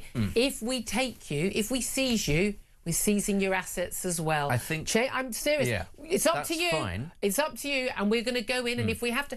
Here's the thing. If you've got local people who are either here, there illegally, or if they're there legally, and you're trying to protect people who are there in the country illegally, have got no right to be here, either entered illegally or overstayed their visas, sorry, I got some question marks for those people as well. I don't want anyone in this country who hasn't got a right to be here. I know this is a mad idea, but this used to be the common sense mainstream view. I agree with that. What I'm saying is it'll take time, practically, to find the resources, they ain't find going the to do it day one. And as much as anything, I suspect it'll be the threat of this is coming down the line, that might make people go, we're not going to be here. And the first thing you've got to do is literally stop the people coming in the first place. But I would think one of the first things you need to do is you need to be building basically your prison camps. Detention. I don't think 24,000. Oh, no, I'm going very basic. Very, very, very basic. And these are things that, you know, like Nightingale hospitals during COVID. We can build these things. We can do this. And people literally, you're going to go in there and you are out 24 hours later. You know, it's very, very simple. You've either arrived legally or you haven't. Okay, and if you've arrived legally, you've got proof of that, and somewhere in the system there'll be proof of that. Or you've arrived legally and then you've overstayed, which is more people. And again, so if you had a 3-month visa and you've been here 6 years, I don't think you need an appeal at that point. You don't. I don't mind that look, we do things a certain way in Britain. There will be mistakes that are made. And of course, the misspellings and different spellings of people's names and all of that. At that point, you know, you can appeal it. That's fine, but you're not going to win it if the case is that you know, unless you've been wrongly identified as someone. But the fact that you've got kids here, that's a problem you're going to have to resolve when you're back in Somalia or Pakistan or Australia. I don't care. You're not here, you're not my problem. It just never happens with Australians, though, does it? Which is the funny thing, because so many Australians are here. Genuinely, when we're told, oh, it's engineers and it's doctors coming over, they always are. Working in bars. Really. Well, no, a lot of them actually are here and they've got degrees and they've got professional qualifications. They speak the language, which is a great start. They pay their taxes, and almost all of them leave before their visas run out. You know, that's a community of people that have proven over the years, maybe you might want to give them a little bit of leeway, because broadly they're good. I'm of the view that if there's any country that has a bad rate of overstaying their visas, I'm sorry. Do you remember when you were at school and there were a couple of kids causing trouble, and the teacher would basically say, right, who is it? No, fine, then you're all in detention, and then you'd be outraged, wouldn't you? Well, no, we're going to have just some class punishment, and it's going to be very simple. And likely, no one gets a visa from your country because your government you send too many people over who don't obey the law, and you don't take people back when you're supposed to. Not our problem. I don't think that we're going to lose out by not having a load of people from Syria or Somalia or Pakistan. I think we'll do just fine. I'd say, I wouldn't even say we'll stop having visas unless you take them back. I'd say we'll stop issuing visas until they have all been returned. Oh, totally. Actually. Absolutely. But I also think there's another country on this list that's not been mentioned, and that is Albania.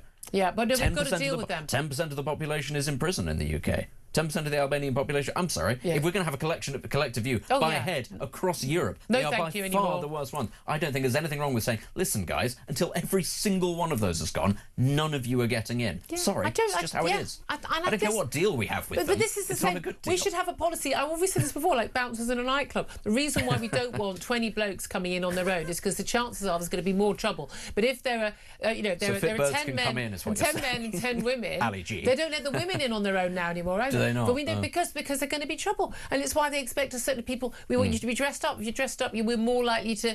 You're less likely to be the customers we don't want. I'm sorry. We need to choose the people who can come to our country. Rather, we need to have a door policy. That's what, if your name's not on the door, you ain't coming in, and if it was never on the door, you're going out. That's what we need. We need a bounce the door policy. Let me also come the funny back. thing about that is we already have a lot of trained doormen, so it's not like we need to train those people. Do that. We just put them at the border. They're all immigrant. No. We also talk. This is again. I must point out. I should have mentioned this actually. Kevin O'Sullivan broke this on Drive on Friday, but the story is still amazing. It made it into the papers over the weekend. And this is the moment a police officer at WPC actually, as Benedict pointed out, did her job. And when a Christian preacher was in Whitechapel, she and local men who were Muslim, complained that he was very near their mosque and that he shouldn't be preaching about Muhammad and criticising their religion. He should talk about your own prophets rather than ours. And they complained to this police officer. This extraordinarily is what happened. I hear what you're saying. In this country, we have freedom of speech, the same way you guys have your freedom of speech. Now, you guys don't need to see eye to eye, and you don't need to agree, and you're all more than welcome to stand here and have conversations with them, but they're not being aggressive. This is East London, this is Whitechapel, Bengali area also, Muslim area. I understand that you guys don't want to hear it. I would recommend that you just move away and don't listen to him. I mean, what a brilliant bit of advice. Just move away and not listen to him. I mean, that seems good enough. I mean, he's a Christian preacher, well within the law. Police are called, there's going to be trouble. One of the lines you may have missed there is just mumbled a bit. This is a Muslim area. Well, I'm sorry. No, it's not. It's Britain, mate. It's Britain. And the law is that people are allowed to preach their religion. You're allowed to preach your religion, and so is the Christian preacher. Now, one can have a view of politeness in terms of him choosing to do it near a mosque, but that's up to him. He'd still allow... Being impolite ain't against the law. And I'm just incredibly amazed that this WPC, said all the right things. You can move along, you can have a conversation with him, but he's within his rights, got freedom of speech. But as you pointed out earlier, Benedict, she's just doing what police should always do. Yeah. Except it's a surprise when we see it now. Yeah, but this is what it should be. And actually, if this was the standard that was imposed, you'd probably get far fewer problems with people trying to assert themselves, saying, we are an XYZ area and we demand XYZ thing, because everybody would know that it was equal. What I would say on the subject of politeness being in the vicinity of a mosque, when synagogues and Jewish schools in this country don't need 24-hour police protection, maybe I'll take that argument a little more seriously. But until then, I think actually this man can preach wherever he wants, and these people can listen to it. Yes, but again, and this is a line from Mickey Gervais in one of his stand-ups on Netflix about the people who get really angry. You can't say that. I don't want to hear you say that. I'm offended by that. And he likens it to someone putting up a little sign in the post office window saying guitar lessons available, and someone walking by going, but I don't want guitar lessons, and being angry about it. Well, then just walk on. No one's making you have guitar lessons. Just walk on. I hear, again, I'm an atheist. I hear people preaching quite often outside my local supermarket on the way to the train. I hear people and they're preaching. Yeah. I mean, has it ever convinced you? No, it hasn't convinced me. So what's the problem? You're able to walk past it every day and it doesn't magically convert you to Christianity. So what's the problem with these people? Do they feel as if it's tempting them? Because if it is, maybe there's a problem there. I don't want to be shouted at by people. I don't want people with loud hailers. I've got the right to just walk down the street, without people wailing at me. And I'm sorry. But, you can have me on the radio wailing at you, but that's your choice. You can turn it off. But I think that's really important. But I think I'm fascinated by how people... I'm an atheist and I'm very secure in my views, but I'm very respectful of other people's religious views as well. Yeah. And would march in the streets for people's right to worship it. It's a really important part of a right in a free country. But I'm amazed by how insecure some people appear to be about not wanting to hear anything that clashes with their views. I think if you've got your God, whatever God it is, you should just be secure enough in it that someone criticising your God or your religion shouldn't bother you that much. Well, but The point is presumably that you should change your life for your God, not somebody else should change their life for your God. It's like if vegans. It matters that much to you, don't eat it then. Exactly. But don't tell me I can't eat it. Don't go outside. If you're tempted by that, don't go outside. That's up to you. Oh, now I'm hungry. 11:27. What a steak now. 11:27 is the time. This is Talk the Home of Common Sense. Going to get to your calls on all the topics we're talking about. That Whitechapel police officer, what Reform have announced, the send announcement from the government. You name it. Get in touch. Love to hear your thoughts, and in particular also about again. You may have had enough of this by now. It's been a lot of phone-ins on this. The issue over whether or not we need a parliamentary probe into claims of treason now over Andrew's links to Jeffrey Epstein, and what did other senior royals know and their staff. Love to hear your thoughts. Give us a call. 0344 499 1000 is the number to get in touch. This is Talk.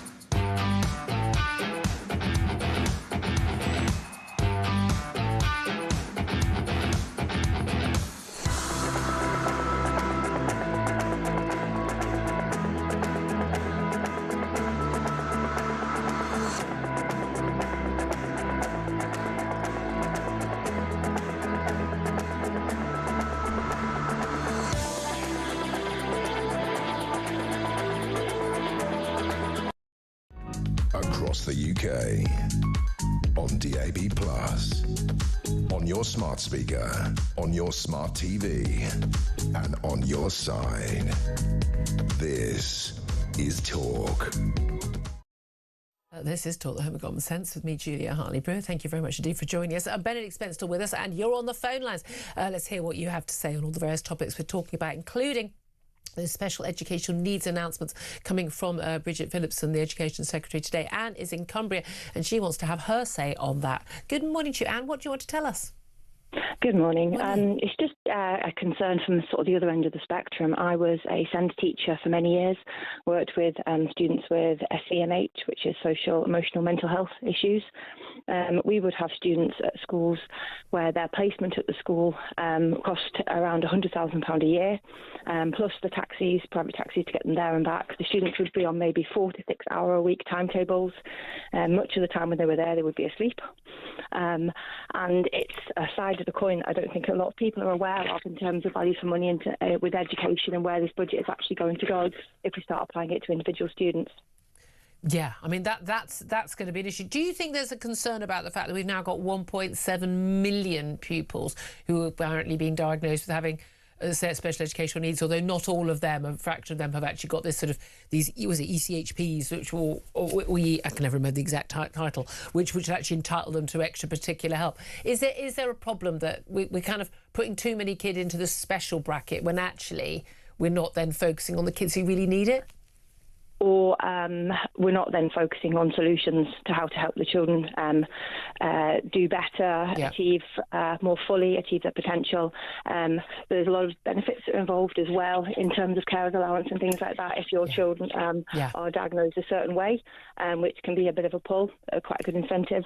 And it's a good incentive for your child to display the most symptoms as possible and the most presentations of that certain condition or whatever it is that you're going for, because then they get more help. But this is the thing, there are two sort of different sets of incentives, aren't there? There's the incentive for the middle class parents, and I was amazed, you know, my daughter's highly academically selective school where they were, I mean, you know, there were so many kids who were allowed an extra hour in an exam because they got special educational needs. They're like, you're a straight A-star student. I don't think you do have special educational needs at all. This is, I'm sorry, I just think that's cheating. It's as simple as that. I really do. And then you've got kids of poorer families who are getting, you know, you get on that roll. You've got that disability. You get this benefit. You get that. You might get the Motability car. You get this. You get that. And actually, it can really add up in terms of thousands and thousands of pounds in help a year to a family. Just frankly, for having a kid that struggles a little bit, and maybe the reason they're struggling isn't down to a special educational need, it's down to... A lot of our students would come in exhausted because they've been up all night online gaming every night, so they'd sleep. It's parenting. They'd come in and go to sleep. It's parenting. I mean, a friend of mine who is a head teacher in a city school, and he says he's got some kids who literally, if they don't get their medication, if they don't get that special help, I mean, they literally can't. They're a danger to themselves and others. Some of them, absolutely. And you have those kids, but we can't focus care on those children if you've got a load of the parents, frankly, taking the mick. It's so expensive as well, and the money will just drain because as soon as you get into these individual needs in terms of the very specific, hugely staff intensive needs, the money won't make any difference, especially if it's going in over the course of several years. Well, exactly. I mean, we're looking at less than 700 quid. I mean, it doesn't really touch the size, does it? Just finally, there seem to be a lot of parents. I hear different things. There'll be parents who say, "I desperately need my child to be in a specialist school where they can get the help they need," and then the parents who say, "I want my kid to be in a mainstream school with their friends."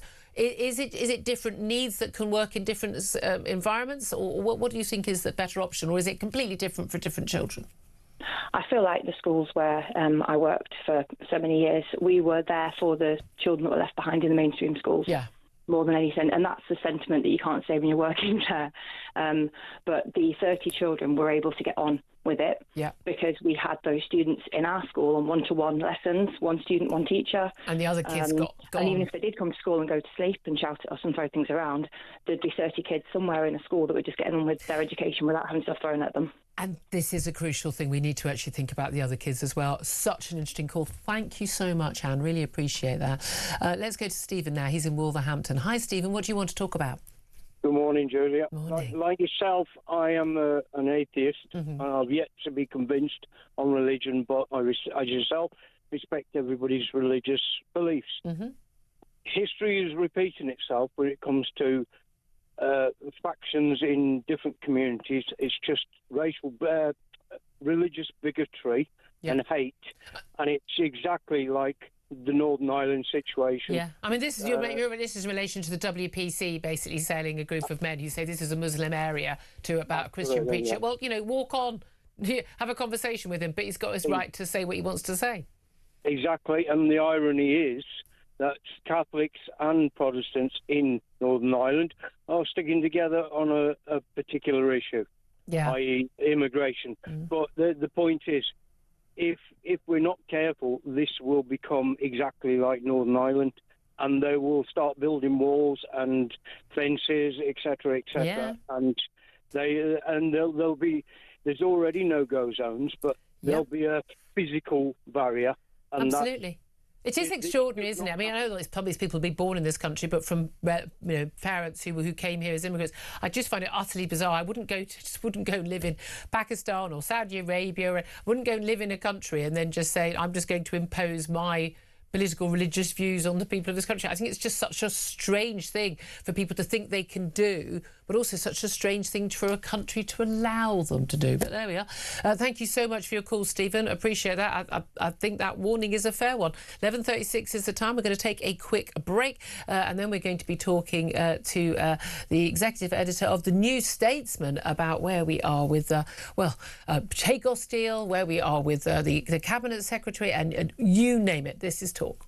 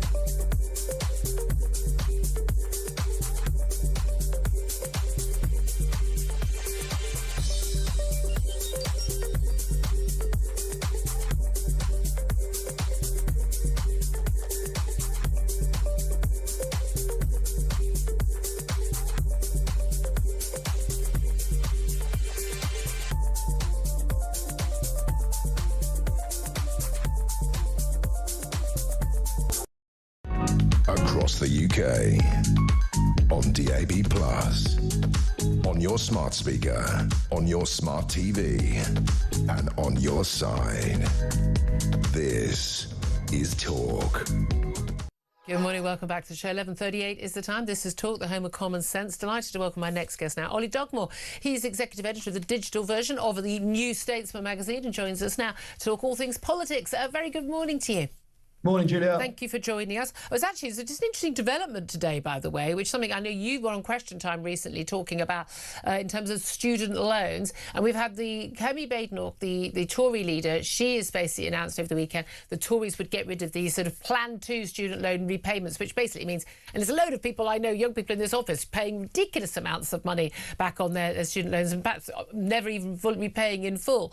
She's saying she's going to scrap that. You spoke about this on Question Time, but she was on GMB this morning on ITV, and while being interviewed, Martin Lewis, money-saving expert, a man of whom I'm a huge fan, just sort of walked onto the set. I assume he was going to be in a segment a bit later in the show, and basically berated her. He's now issued an apology to her, but just your thoughts on how, I suppose, toxic the student loan story is these days. Yeah, I was struck by that clip. I don't know about you, Julia. I sort of get this immediate cringe reflex whenever I see anything like that happening, and I can imagine the producers and the presenters in their ear having a meltdown, going, "Martin Lewis has entered the set. What on earth do we do?" Yeah, exactly. He's now issued an apology to Kemi Badenoch for gate crashing the debate. Yeah, look, it is becoming toxic, but I think it's sort of slightly downstream of the sort of the material conditions and the economic situation that these young people do find themselves in. Yeah. The point that Martin was sort of trying to put to Kemi, and I think it was slightly rude, the manner in which it was done, it does have to be said. I do agree. He was saying that, okay, great, you're saying you're going to alleviate the interest, but in reality, that only makes a difference to the people who actually have a prospect of paying this off. So in order to pay off your student loan, that is to be making payments that are greater than the interest that is accruing on it, you need to be earning more than £66,000 a year.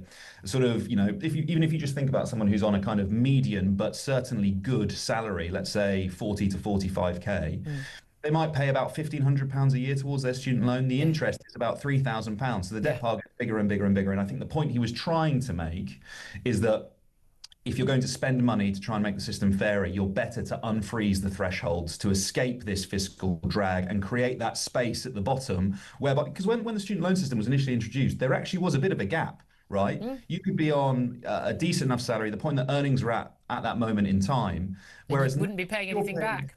Yeah, if you're paid the living wage now, £500 more than that, and you're repaying your student loan. So I think his point, the point of what he was trying to say, is a valid one. I don't think he made it in. No, indeed. As somebody who went to university on a full grant, thank God I didn't have to deal with any of this. It's paid to go to uni, mate. Very different times. Let's talk about another big issue at the moment, and reform. And we've had this announcement from Zia Youssef, the Reform Home Affairs spokesman, this morning about how they want to tackle, if the reform got in at the next election, how they would tackle the issue of illegal migration, setting up a UK version of ICE, deporting up to 300,000 illegal migrants. Again, they're going to go for people who committed criminal acts first, same as Donald Trump, talking about basically ending all visas for people from countries including Pakistan, Somalia and others. Basically, if you're not taking your people back once they're illegal migrants or they're found to have overstayed, we're not going to allow anyone else in. I've got to be honest with you, I'm finding it difficult to find anything to dislike in that. Would anyone? Would you? Look, you're working with the New Statesman, so you can guess your side of the political divide. But this was a view. This is something that Tony Blair would have been supportive of in his day, surely. Yeah, quite possibly. But then again, I wouldn't probably necessarily politically align myself with Tony Blair either, right. Julia. Look, I think there's so many component parts to this conversation, this slew of announcements that Zia Youssef is making today. I think he's giving a speech at the Cliffs of Dover. So I'll try and sort of pick them out and take them in turn. Look, on the visa point, it is within the gift of the government, and particularly a government that has a strong democratic mandate, to approach visa issuance as it sees fit. And if it wishes to negotiate the return of people who are coming to the UK illegally, and it's being, in its view, obstructed by those countries, then I think it's totally within our gift. It's politically legitimate to say, okay, in which case we're going to revisit our visa relationships with you.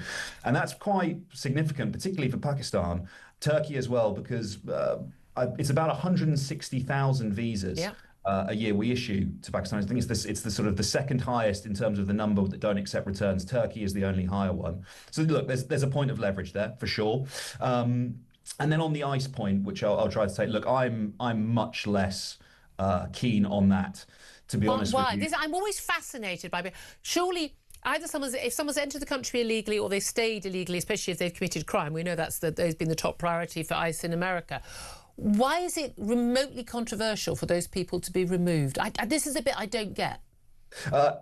That's not controversial to me. So with a side point that I would say, what's the legal route for some of these people to come here? So, for example, in the case of Afghanistan, not my problem. We're talking about perhaps people I don't care. It's not my problem. So it's like saying, okay, I want to go live in America, but it's it's going to be a 3-year wait for a green card, and so I'll just go illegally. No, I just don't get to go, or I wait 3 years. Sorry. Sure. Look, I think we do have a moral obligation. We don't have a duty of care to allow anyone who wants to come to our country to come to our country. That's absolutely not how it works. Not anyone. That's absolutely true. But I would say, in countries that we've had direct military involvement, and in some instances where significant parts of the civilian population have been our allies in those conflicts, I would say we do have a moral obligation. I would not say that. I would say people who've worked with our soldiers, yes. But if we're going to take anyone from Afghanistan, by the way, I think it would be all the women and girls first, though, wouldn't it? Yeah, absolutely. Yeah, those women. But we don't. It's all men. It's almost entirely men. So, what would you have an issue with? Because we don't have. We don't have a unit like ICE right now. Theresa May got told off when she was Home Secretary, creating a hostile environment, because it was outrageous to create a hostile environment for people who are in the country illegally. I mean, that's a sort of bizarre territory we're in. What would be your issue with going around, picking people up who've no right to be in the country and getting rid of them? I think this is where I draw the distinction, right? Because when I hear the words, I want to recreate an ICE in the UK, that to me is a step beyond immigration enforcement. That to me is, here is a specific organisation that is operating in America, and we can see how it operates, and we want to replicate that. Okay, so how does it operate?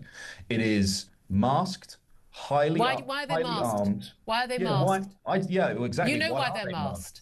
They're masked because they were being doxxed and their families were being harassed and threatened. They weren't wearing masks at the beginning. Because they're ashamed of what they're doing and they're No, they're not ashamed of what they're doing. They just don't want their families under attack. They're so proud of what they're doing, they don't want to be identified doing it. No, they don't want their families attacked and their homes attacked, which is what's happened. Now in Minneapolis, we've seen 2 American citizens extrajudicially killed Okay, but again, as there've been negotiations since, the reason why they go in so heavy-handed, I thought those killings were both completely and utterly unnecessary and far too over the top and probably criminal. However, if local law enforcement, but we don't.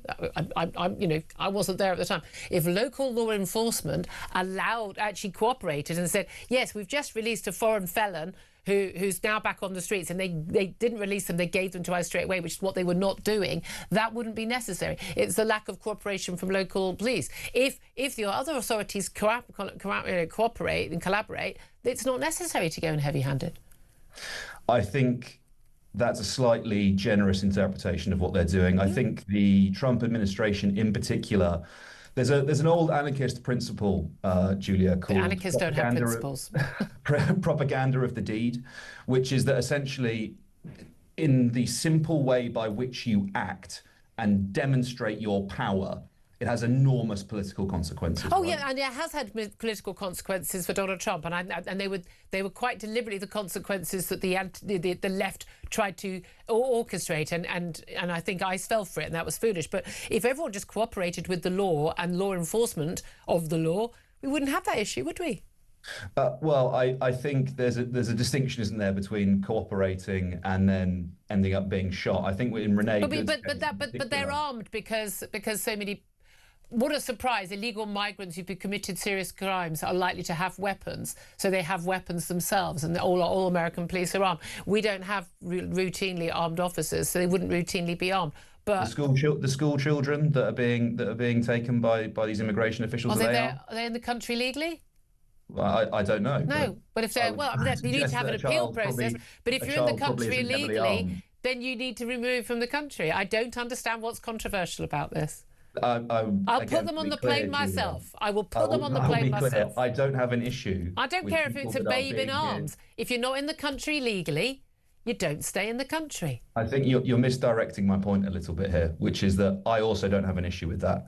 I have an issue with a sort of paramilitary organisation on the streets of a country shooting unarmed civilians. That's not how our police and our authorities operate. So when you say we want to recreate ICE, like what? The organisation ICE, a body that goes out and picks up people who are here illegally or have overstayed a visa and are here illegally, arrived illegally, whichever, and takes them away. Yes, would you support that?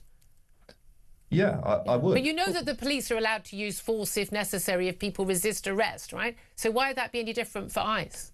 But there's clearly a difference between proportionate use of force and shooting people. Yeah, absolutely. I agree with you on those. But no one's talking about that happening here.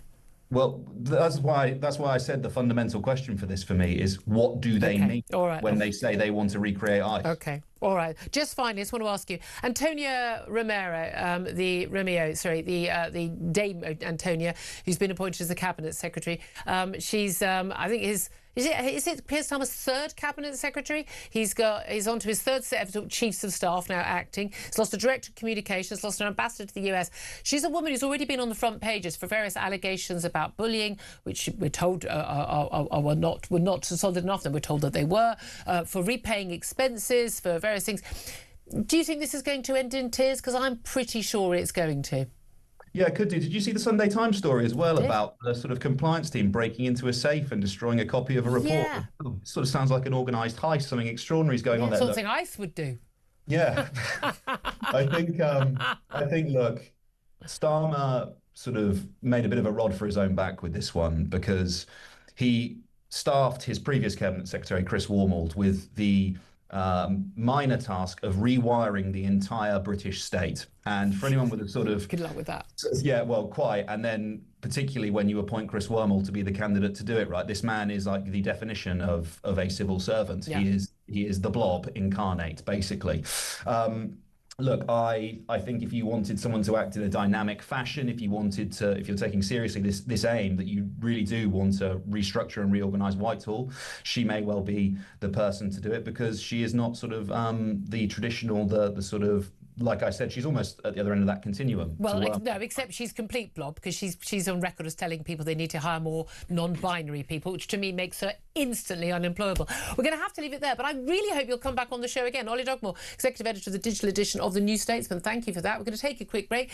Just to let you know beforehand, though, the Australian Prime Minister, Anthony Albanese, has supported the plans to remove Andrew from the line of succession, saying, I agree with His Majesty, the law must now take its full course and there must be a full, fair and proper investigation. These are grave allegations and Australians, he says, take them seriously. Up next, we're going to be talking about those Trump tariffs, Chagos and plenty more. This is Talk.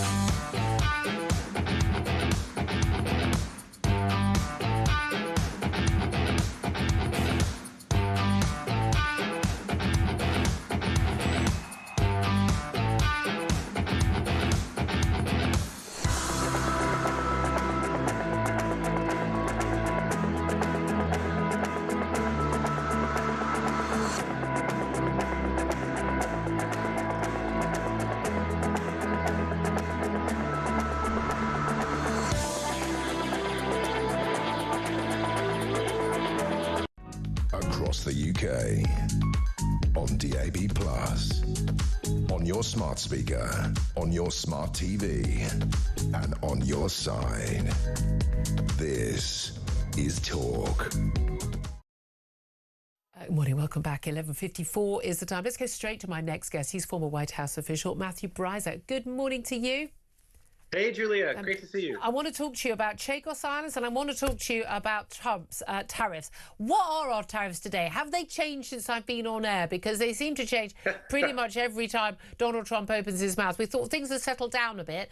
And then we had the Supreme Court ruling last week, an outrageous attack on them as even like being traitors from President Trump. Then he set them at 10%, then 15%. Is that where we are now?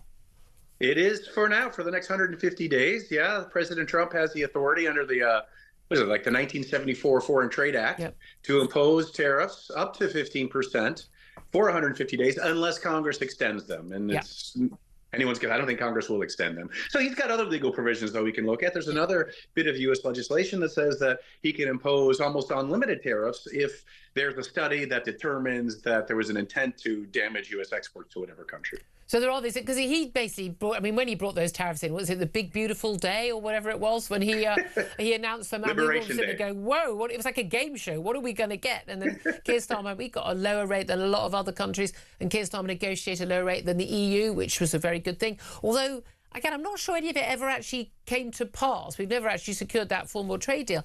But the key thing there was the Supreme Court said, look, you don't have the power to do this. This is something Congress gets to do, but he does have this power to have one exchange rate for everybody. So we're losing out now because we've got the same as everyone else, and it's higher than it was for a lot of our goods. I mean, is this even a popular policy in America? Because fundamentally, tariffs are a price on imported goods. Americans buy a lot of imported goods, and it makes them more expensive. Surely, with the cost of living, the number one issue in American politics now, and particularly ahead of the midterm elections in November, I know it's a long way away, but not really in the election cycle, surely the cost of living is the number one issue.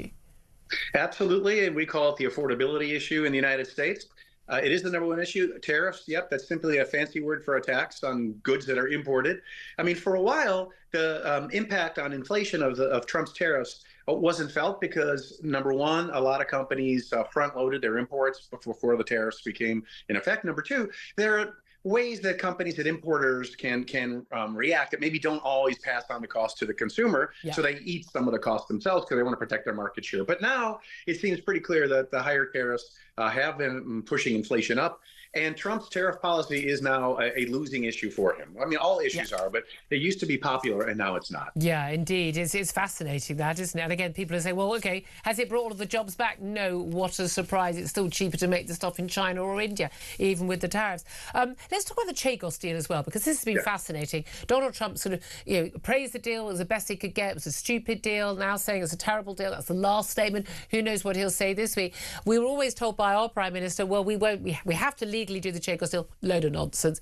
But then it was if the White House objected to it because of Diego Garcia military base, then we wouldn't go ahead with it. We're kind of in a no man's land right now. What is the latest from the White House? Yeah, it is a no man's land. So since Prime Minister Starmer, for the second time, then denied the U.S. request to be able to use Diego Garcia and then bases in UK to strike Iran, Trump has now publicly come out and said, no, that's a stupid deal, and Starmer made a mistake when he agreed to the Chagos deal. And it's not, like you said, Julie, it's not legally binding. It was an International Court of Justice advisory opinion. Which the Americans never operate on. You've always ignored those. Yeah, absolutely. They don't mean anything to the U.S. government usually. It's just the question is, how much of a political storm can ignoring a advisory opinion like that generate? And the answer is not much. I mean, the answer is completely zero. We've had the leader of one of our political parties, Reform UK, Nigel Farage, of course, big friend of Donald Trump. He's travelled over to the Maldives, which are closer to the Chagos Islands in the Indian Ocean than Mauritius, which for some completely random reason we're giving apparently the Chagos Islands to. He was trying to go there. Wasn't allowed entry onto the plane to actually go and deliver some aid to some Chagosians who've come back to the island. Do you think, though, that at the end of the day, Donald Trump will be able to stop this deal? Because we in Britain would be very grateful that we don't have to pay 35 billion quid to the Mauritians to give them something we already own, to lease back a military base that we use in cahoots with America, which is actually militarily and strategically rather important.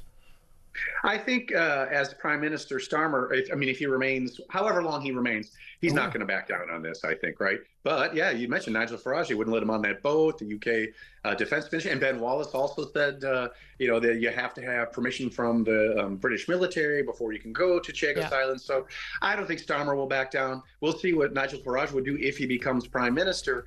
But they'll be gone by then. Yeah, I think we all will be.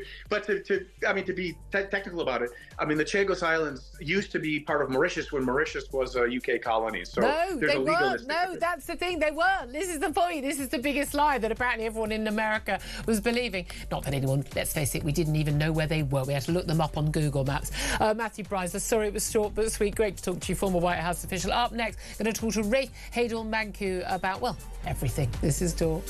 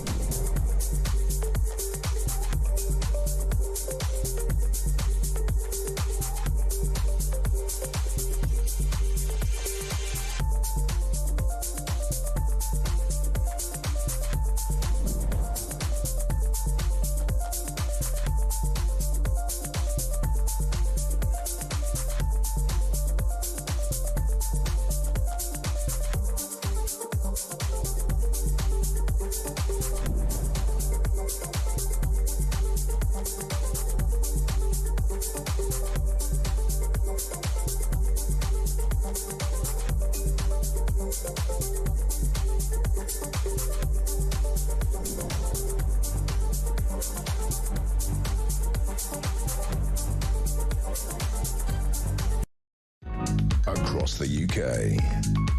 On DAB+, on your smart speaker, on your smart TV, and on your side. This is Talk.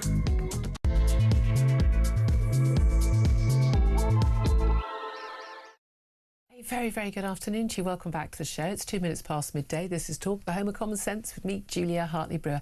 Whether you're listening on DAB+ radio or on your smart speaker, watching on YouTube or your connection device, great to have you join us. Lots more to come. And if you've missed anything of the show, go to my YouTube page, the Julia Hartley-Brewer Show. You can hit subscribe and you never have to miss a thing. Coming up in this hour, we're going to be discussing the calls we've had from Tom Tugendhat, the former Tory Security Minister, calling for a probe into possible treason over Andrew's links to disgraced financier Jeffrey Epstein. We've got Reform UK's vowing to block all churches from being turned into mosques. They're vowing to deport some 300,000 illegal migrants a year. Bearing in mind, we've got a whole big backlog of people who've arrived legally and stayed over their visas. Apparently, it's controversial to say that people who shouldn't be here. I know. When did that happen? Plus, Boris Johnson has been calling for British troops in Ukraine now, he says, to flip a switch in Putin's head. This, as President Zelensky has said, ahead of tomorrow's fourth anniversary of the invasion of Ukraine, that Vladimir Putin has started World War III. I couldn't agree with him more. Plus, great news over the weekend that the puberty blockers trial, which bizarrely the Health Secretary Wes Streeting had agreed to, has been paused over concerns from the medicines watchdog, and particularly over the use of some of the children, some as young as 10 years old, on that blockers trial. But let's just get the whole thing stopped would be my aim. We'll be talking about that and plenty more besides. Joining me right now still is a Conservative commentator, Benedict Spence. Afternoon to you. Really? Morning. Covered a lot of ground, a lot of different guests. I just wanted to bring you back in there because it is really interesting when we're having these conversations about Andrew and there's possibility of allegations of treason and possible military all over the place. Possible military action against Andrew. Military action against Andrew. Criminal probes. He's been arrested but not charged. And of course we've got the issues with Manderson as well. A lot of our institutions are sort of under attack. We were just talking briefly previously with a guest about, and Dame Antonia Romeo, the new cabinet secretary, who seems to me to be an utterly unsuitable person. She's clearly sort of, should we say, flown too close to the sun on occasion over her expenses. Treatment of her underlings, although I nowadays don't take any seriously allegations about bullying, because it usually means you just ask someone to do their job and they haven't done it. But a safe containing the records of her bullying allegations and the report into it being broken into, and then the report being destroyed.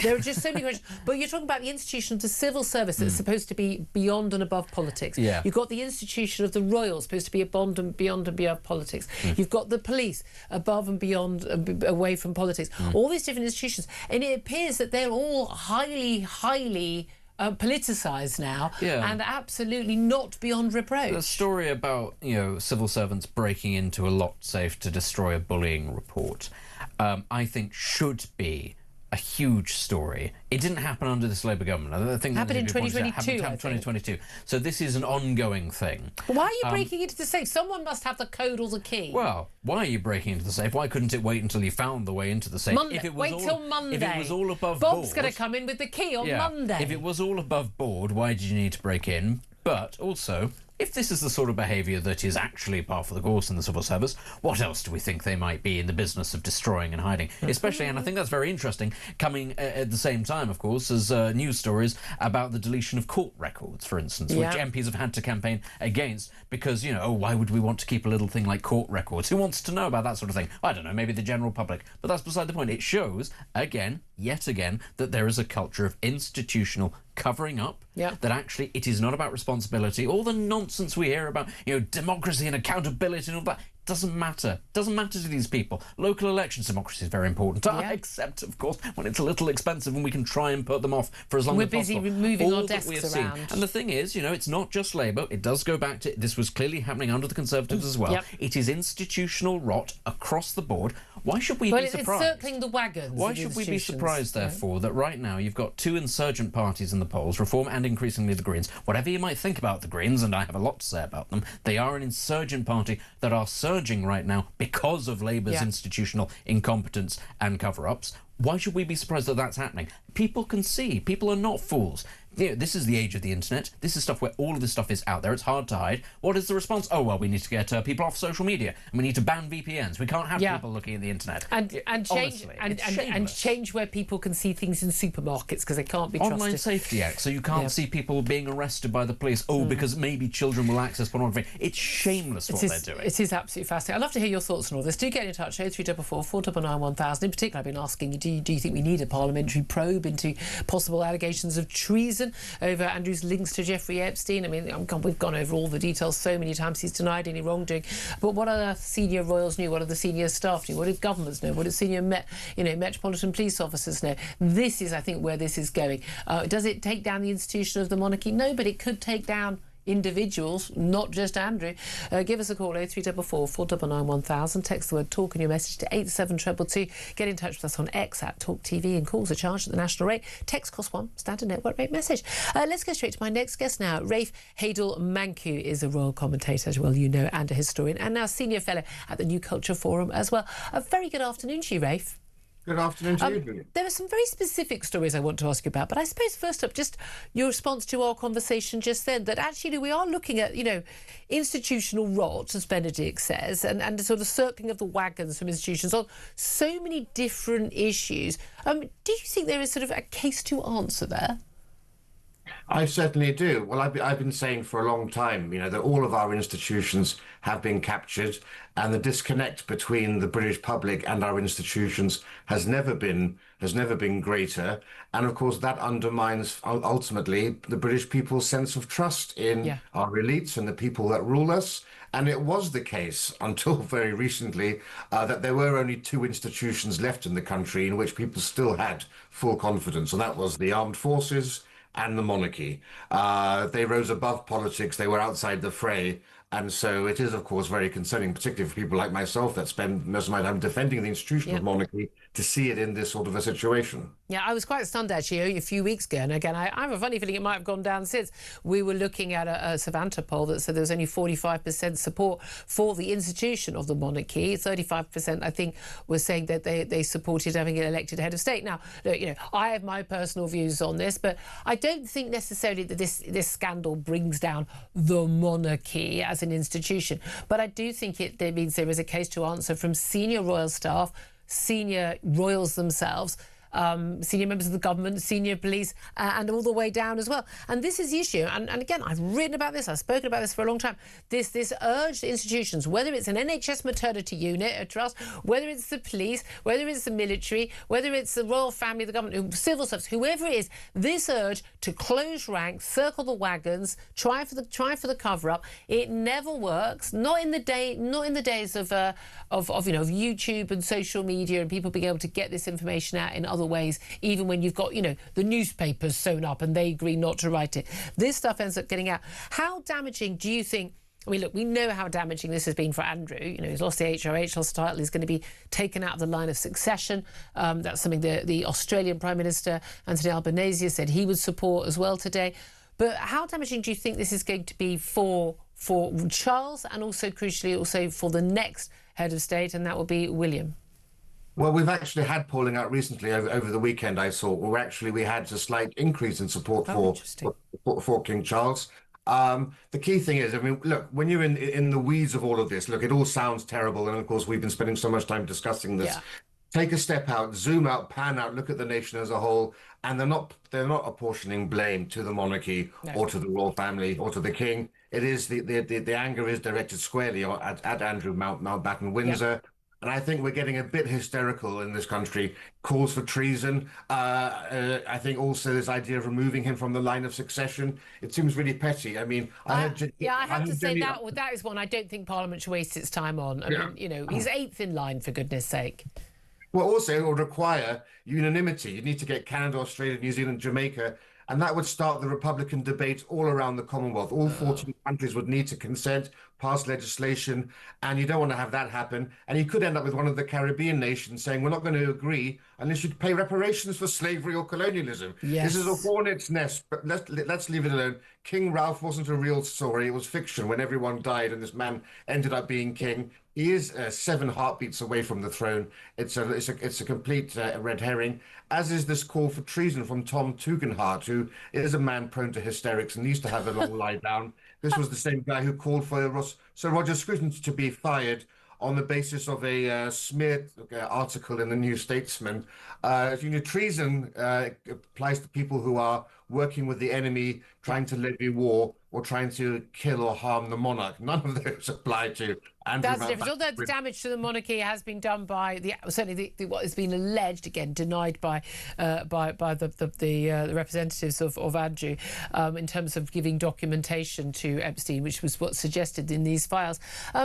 In terms of where we are then, in terms of the future of the monarchy, what if you were giving advice to the king and advice to Prince William? And again, a lot of the papers have gone on the front pages how William has said he's not in a calm state. He didn't watch Hamnet, one of the BAFTA award-winning films, because he said he needs to be in a calm state and he's not in a calm state.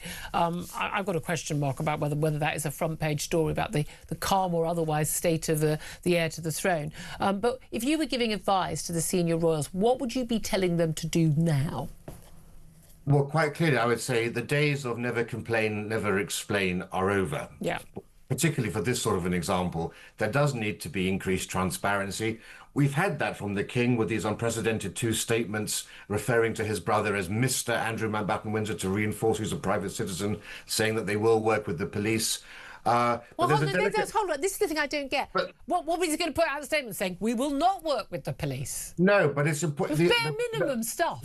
The point is there's a delicate path to go here, because the monarchy still has to seem to be somewhat distant. You know, there is a prestige, there is a mystique around monarchy. Charles de Gaulle famously said, prestige cannot survive without mystery, for one reveres little what one knows well. So it's different to any other institution having... You can't have a committee where you have Prince William and the King being called before a parliamentary committee to answer questions.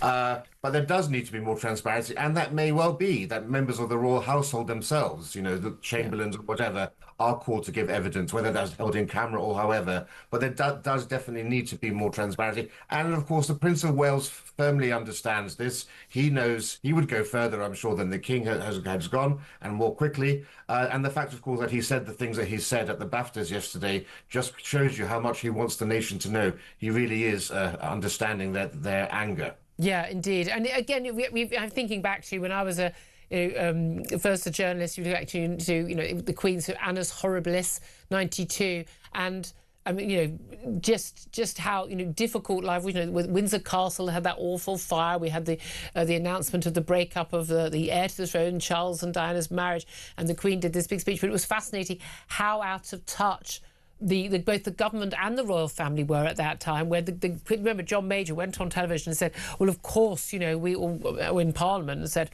of course we will be paying, the country will pay for the new roof for Windsor Castle. And the country went, the hell we will, we're just going through a recession. The Queen consorting will pay for it herself. And it was just a complete sort of failure to read the room.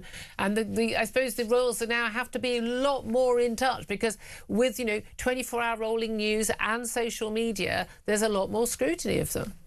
Yeah, well, that was the first year I started royal broadcasting, was the time of Diana's death. And I remember those baying crowds at the gates. Yeah. I did sort of think at one moment this could be the French Revolution, because the feeling was so strong. And the difference was, of course, that was 30 years ago. And back then, the media did close ranks around the monarchy. And the idea was, of course, that we needed to protect the institution. That's no longer the case. We live in a very different world 30 years later. But the reason we still have a monarchy in this country, whereas you don't have it in Italy and Portugal and elsewhere, is because our monarchy has always been able to basically read the tea leaves and move slowly, And never adapt. being ahead of fashion, but changing. It still looks like it's the same institution, but it's very different to how it was 20 years ago. That's a very, how very it good was 40 point. years ago. Yeah, that's very, very interesting. And that's been the history of our nation, hasn't it? That's very slow adaptation as opposed to revolutions, which we've seen, and invasions we've seen across Europe. I always think that's what separates us so hugely from the European countries, which is not just the Channel. We have such a different history. Let me ask you about our history in terms of our churches, and it's something you feel very strongly about, protecting our sort of physical national heritage as well. One of the things Reform UK has announced today is they would grant all churches listed status to prevent their conversion into mosques. This is Zia Youssef, the new sort of Home Affairs spokesman.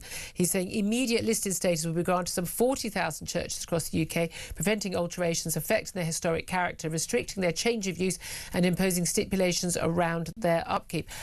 How big an issue is it? And we know we've seen, I mean, I've been to pubs which are old churches being converted. We see apartment blocks and the like. But how big an issue is it of churches being turned into mosques in this country? Well, there are churches that have become mosques, and not just mosques, they've become other places of worship, gurdwaras of the Sikh community and so forth.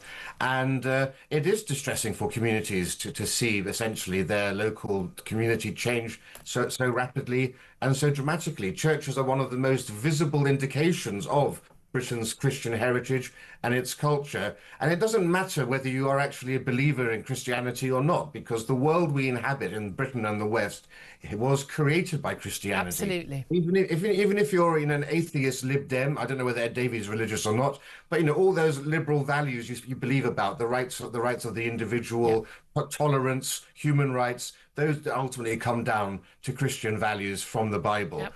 And so this is a Christian culture. We should protect it. And as Zia Youssef quite rightly says, he says that we have a high trust society, but we're seeing that eroding quite rapidly because of the vast numbers of people who've come into it. And a high trust society is the greatest indicator for a country's prosperity and for its happiness. And we need to do all we can to shore up that high trust society. And that means people have to have around them familiar buildings, familiar sites, places that give them comfort. Yeah, absolutely. As one of the examples would post the toppling of statues and all of that. Put a little plaque up explaining what this guy did, but you don't take it down. It is extraordinary, isn't it? You talk about high trust societies, and that's the interesting thing. We're constantly told by the Prime Minister diversity is our strength. Being British is about diversity, I think he said last week, which is quite the strangest thing, because you've been very clear, and I've seen you do some really interesting debates on this online, and we've obviously talked about it on the show. We have not been a country that has actually got much diversity. Yes, there's been Protestants and Catholics, but actually in the last 1,000 years we've not been invaded until only sort of the Blair years. We really did not have much immigration at all, and actually we've been a very homogenous country and people for most of our existence, haven't we? Yes, we've had more immigration to this country in the last 20 years than in the last 2,000 years. This is remarkable. Stunning fact. And you remember, of course, when you had in the 1970s, the Ugandan Asians came to Britain, fleeing Idi Amin. That caused huge controversy to have such a large number coming. That was 28,000 people. That was deemed to be outrageous. We get that every week now, gross, coming into this country, all right? We have been completely transformed. But what we're seeing, actually, is a sort of a deliberate attempt by our elite institutions to erase our history and to create a sort of a new year's era where you can create new founding myths. The new myths of Britain was always a diverse nation, that multiculturalism is embedded in Britain. And of course, you even had Rishi Sunak, a prime minister from the Tory party with a 50p coin, saying diversity built Britain.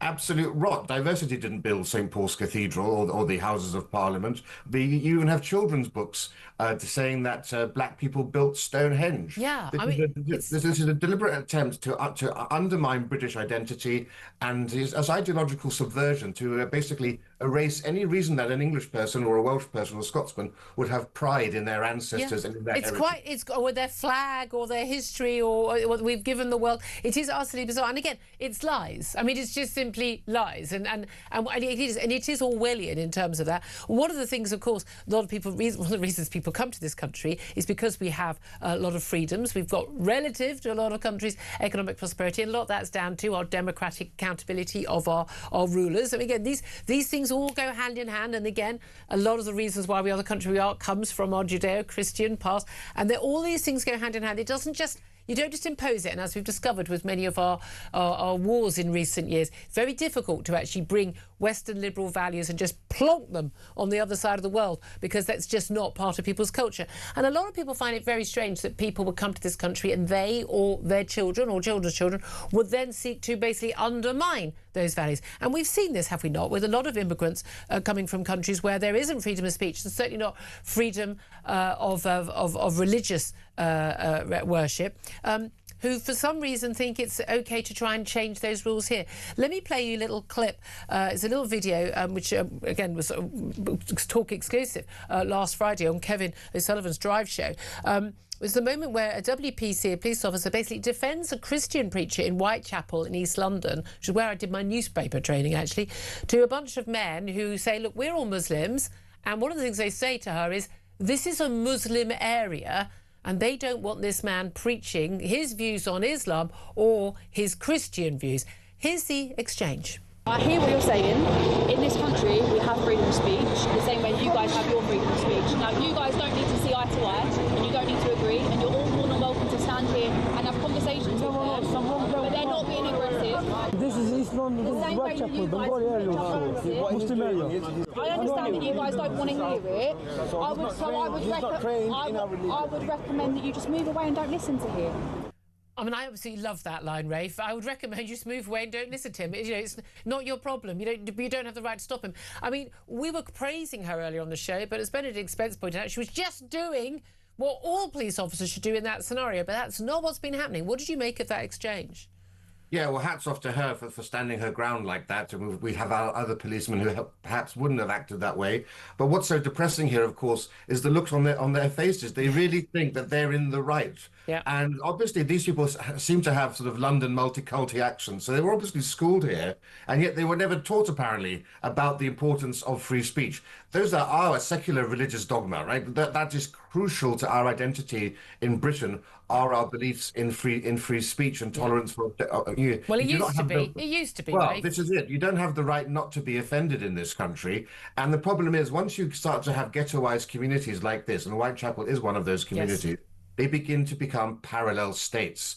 And this is the problem. We're not becoming a United Kingdom, we're becoming a United Nations. And people are retreating into these ethno-nationalist silos where essentially they do think that their own culture and their own values and their own beliefs should take preeminence over their predominant views in the rest of the country. So we do need to have more of this pushback. I think it behooves all of us who have the ability to actually confront this when we can. Get more Christian preachers need to go outside mosques and preach and do that, and have one of these I Spartacus moments. Because if you don't make a stand, if you don't resist now, then it's game over. Because the Muslim population is going to double, perhaps even treble, according to the Pew Research Centre, by 2050. So this issue isn't going to go away. And too often what we see from our government is people putting their heads in the sand, unwilling to confront the reality of the dark side of diversity. And this is one of the darkest aspects. But again, someone being Muslim, it makes no difference to me if someone's Muslim, Christian or atheist or Jewish or whatever, as long as they don't impose their views on other people or don't prevent other people from espousing those views, and certainly not in a violent way. But the trouble is, we have seen some supposedly community leaders of Muslim population, Muslim communities in this country, where they have basically threatened just as much, and it's not called out. And perhaps if our police and our government had actually stood up to that much sooner, the message would have been very, very clear that that's not going to happen here. And if you don't like it, then this isn't the country for you. And that goes for people born and bred here, same as me, who have that view. If you don't, there are plenty of countries you can go to where those views will be espoused. Fill your boots, go and enjoy it. But it's not happening in my country. Yeah, quite right.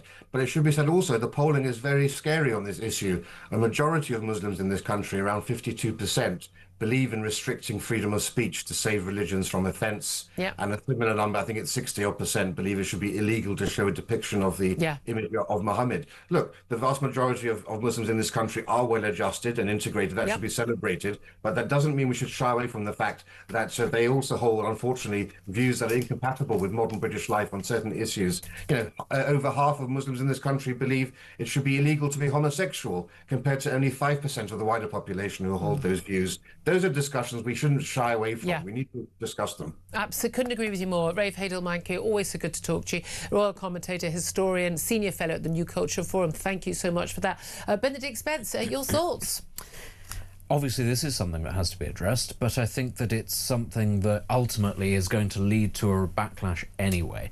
And this is one of the things that always... Well, it's already a backlash. Look at the polls. This is the thing that always amuses me, is that you have the line that has been pushed and still is being pushed. And we saw this recently in a debate between a couple of politicians whose name escaped me. But the idea that actually if you're being divisive, division is the problem, and that you are the ones that are causing the problem, and you all need to be quiet, because otherwise if you don't be quiet, you'll get the far right. In fact, what you get is the far right when you sit and you're quiet and you allow these sort of parallel communities to or you rise just up, get the moderate right saying this isn't what we thought the deal was. No, not at all. You get the moderate right, which is what Reform are, by the way, but you will get something further to the right, because I'm telling you this right now. Reform aren't going to be able to do a lot of the things that people want them to do. The Overton window in this country has already gone beyond what Reform are talking about. Okay. So we'll come back to that. We're going to take your calls as well. We're going to take a quick break. This is Talk.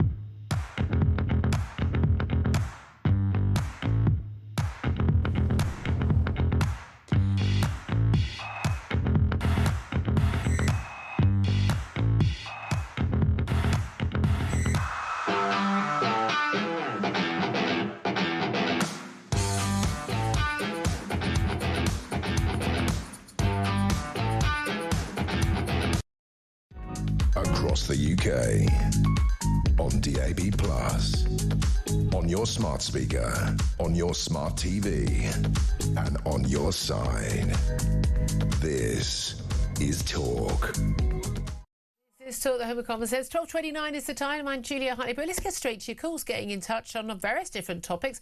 This morning, this afternoon, 0344 499 1000 is the number to call. We're going to talk about Boris Johnson calling for boots, British boots on the ground in Ukraine, basically straight away to flip a switch in Putin's head. And Zelensky saying ahead of tomorrow's anniversary of the fourth anniversary of the invasion of Ukraine proper, he's saying that basically Ukraine will not lose, but has accused Putin of basically starting World War III.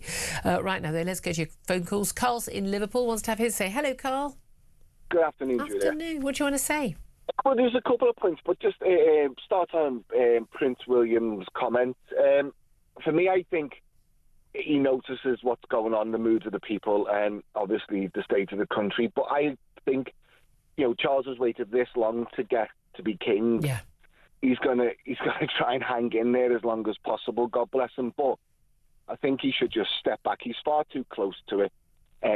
According when to you say step back, what do you mean? Well, just advocate and let William take over.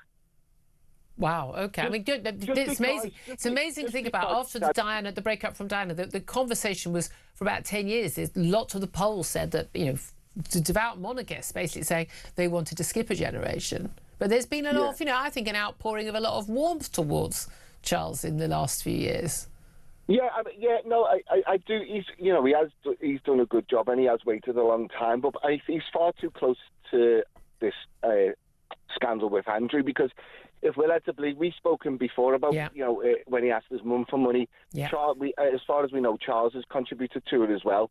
And rather than then just say, well, absolutely not, you're going to fight this in court and do the right thing, they've contributed to the payment. So for me, he's too close to it in that way and should let William take over. William's more modern as well, Julia. Our country's changed and not for the greatest, and it needs sorting out. And I think he could see that and sympathise with it, Yeah, no, it's interesting. Carl, thank you very much. I appreciate that. Of course, Carl in Liverpool. Saeed is in London. Saeed, you want to talk about this reform policy about churches and basically protect them from ever being turned into mosques. What do you make of that policy? Look, I think the overall trend over the past decades is that church attendance has been falling. I think there was some sort of movement because of EU migration, where sort of, I guess, Roman Catholic Church benefited from Polish migrants coming in, etc.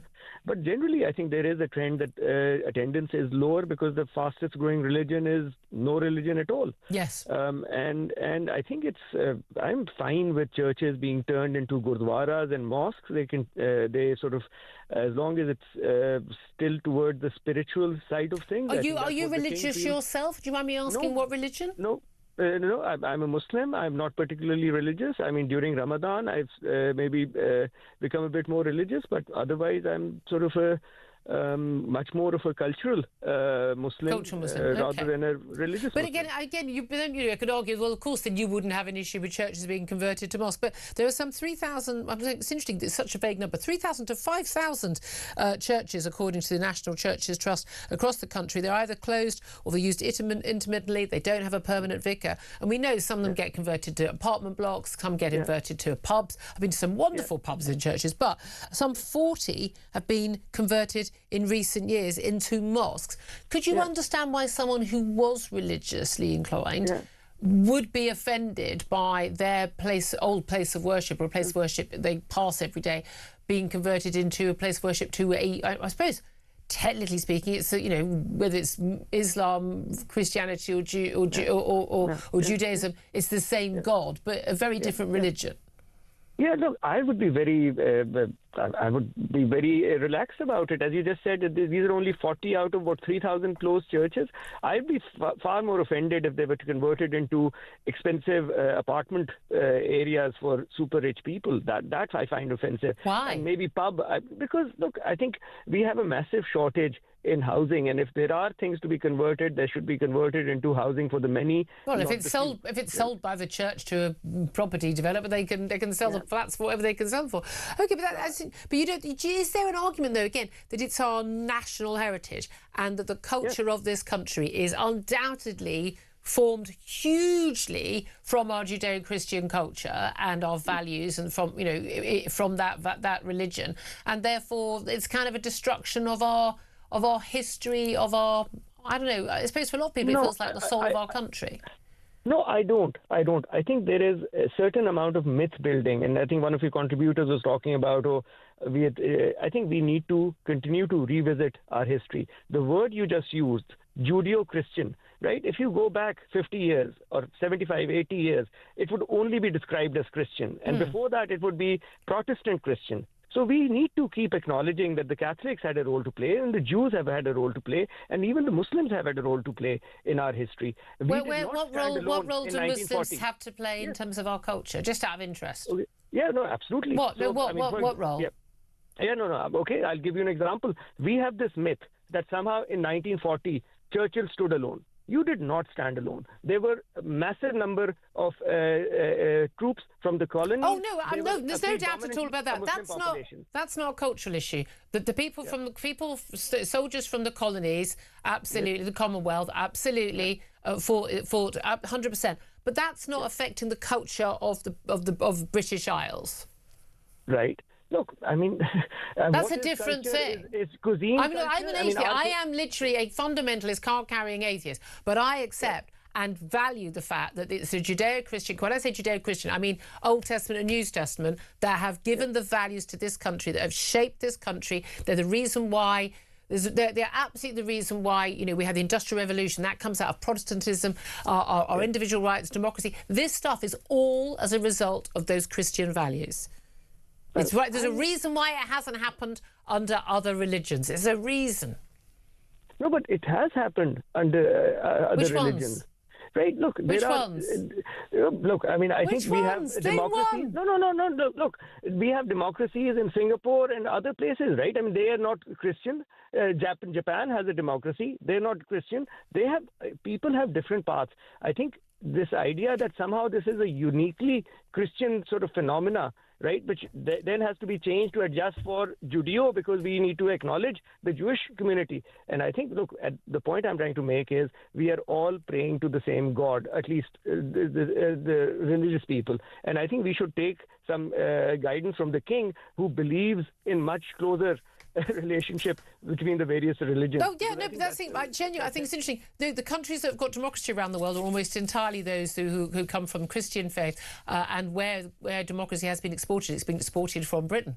I genuinely, I think it's something that people literally don't acknowledge, that this is a value, this is a right and responsibility that has come through that particular aspect of our religion, our national religion, which it is still technically and constitutionally and legally. Saeed, great to talk to you. Really interesting to have that conversation. Thank you very much. Benedict Spencer, I know you're listening to that. Just a brief thought on that. I mean, it is interesting, but of course we also need to remember that democracy isn't something that actually works everywhere. Yeah, no? There is this idea that democracy is a perfect system. It's not. And it's a universal right. Yeah, and it doesn't work in lots of societies, and that's based on all sorts of things. And religion does play a role in that. I mean, we got to recognise that ultimately, is that just because turns out you can't just put democracy in Afghanistan and Iran and it'll just be fine. The funny thing, of course, you can make the same argument for absolute monarchies. There are some countries actually where an absolute monarchy works really well, partly because it's having to keep a lot of different factions under the thumb of the rule of law. Democracy in those situations is a disaster. Yeah,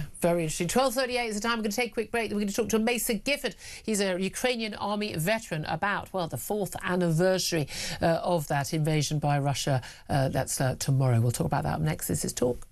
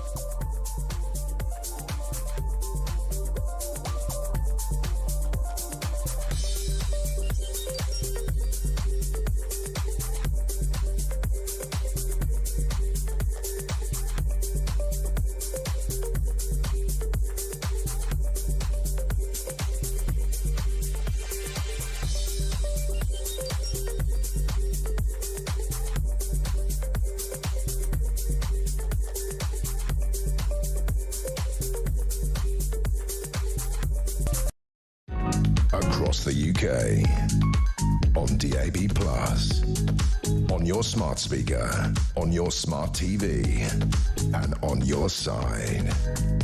This is Talk.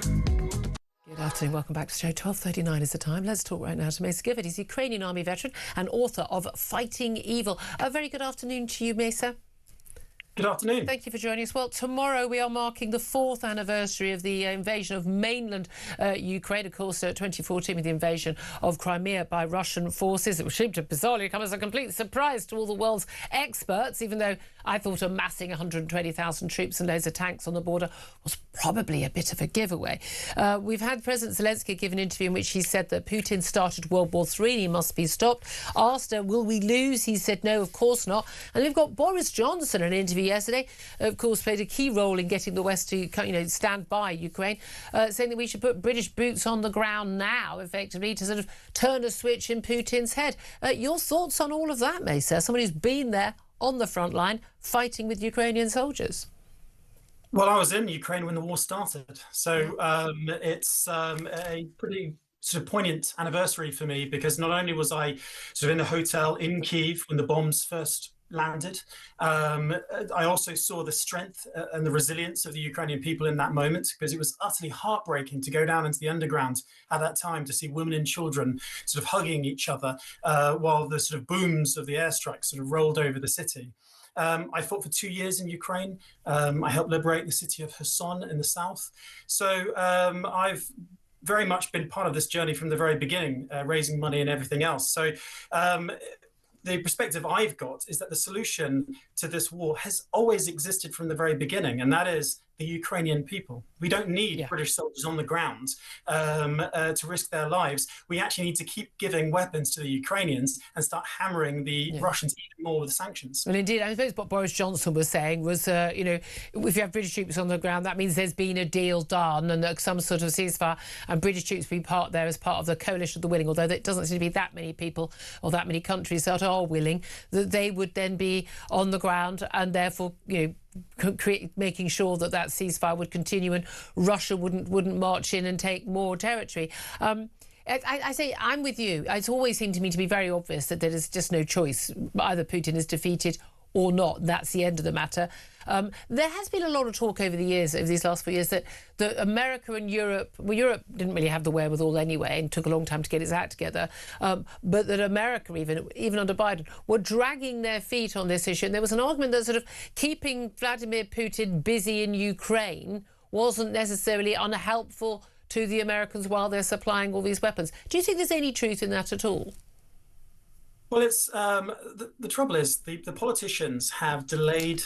They haven't actually had a firm grip, first on the reality, and I think Boris Johnson's recent comments is a good example of that, because there are far too many what-ifs.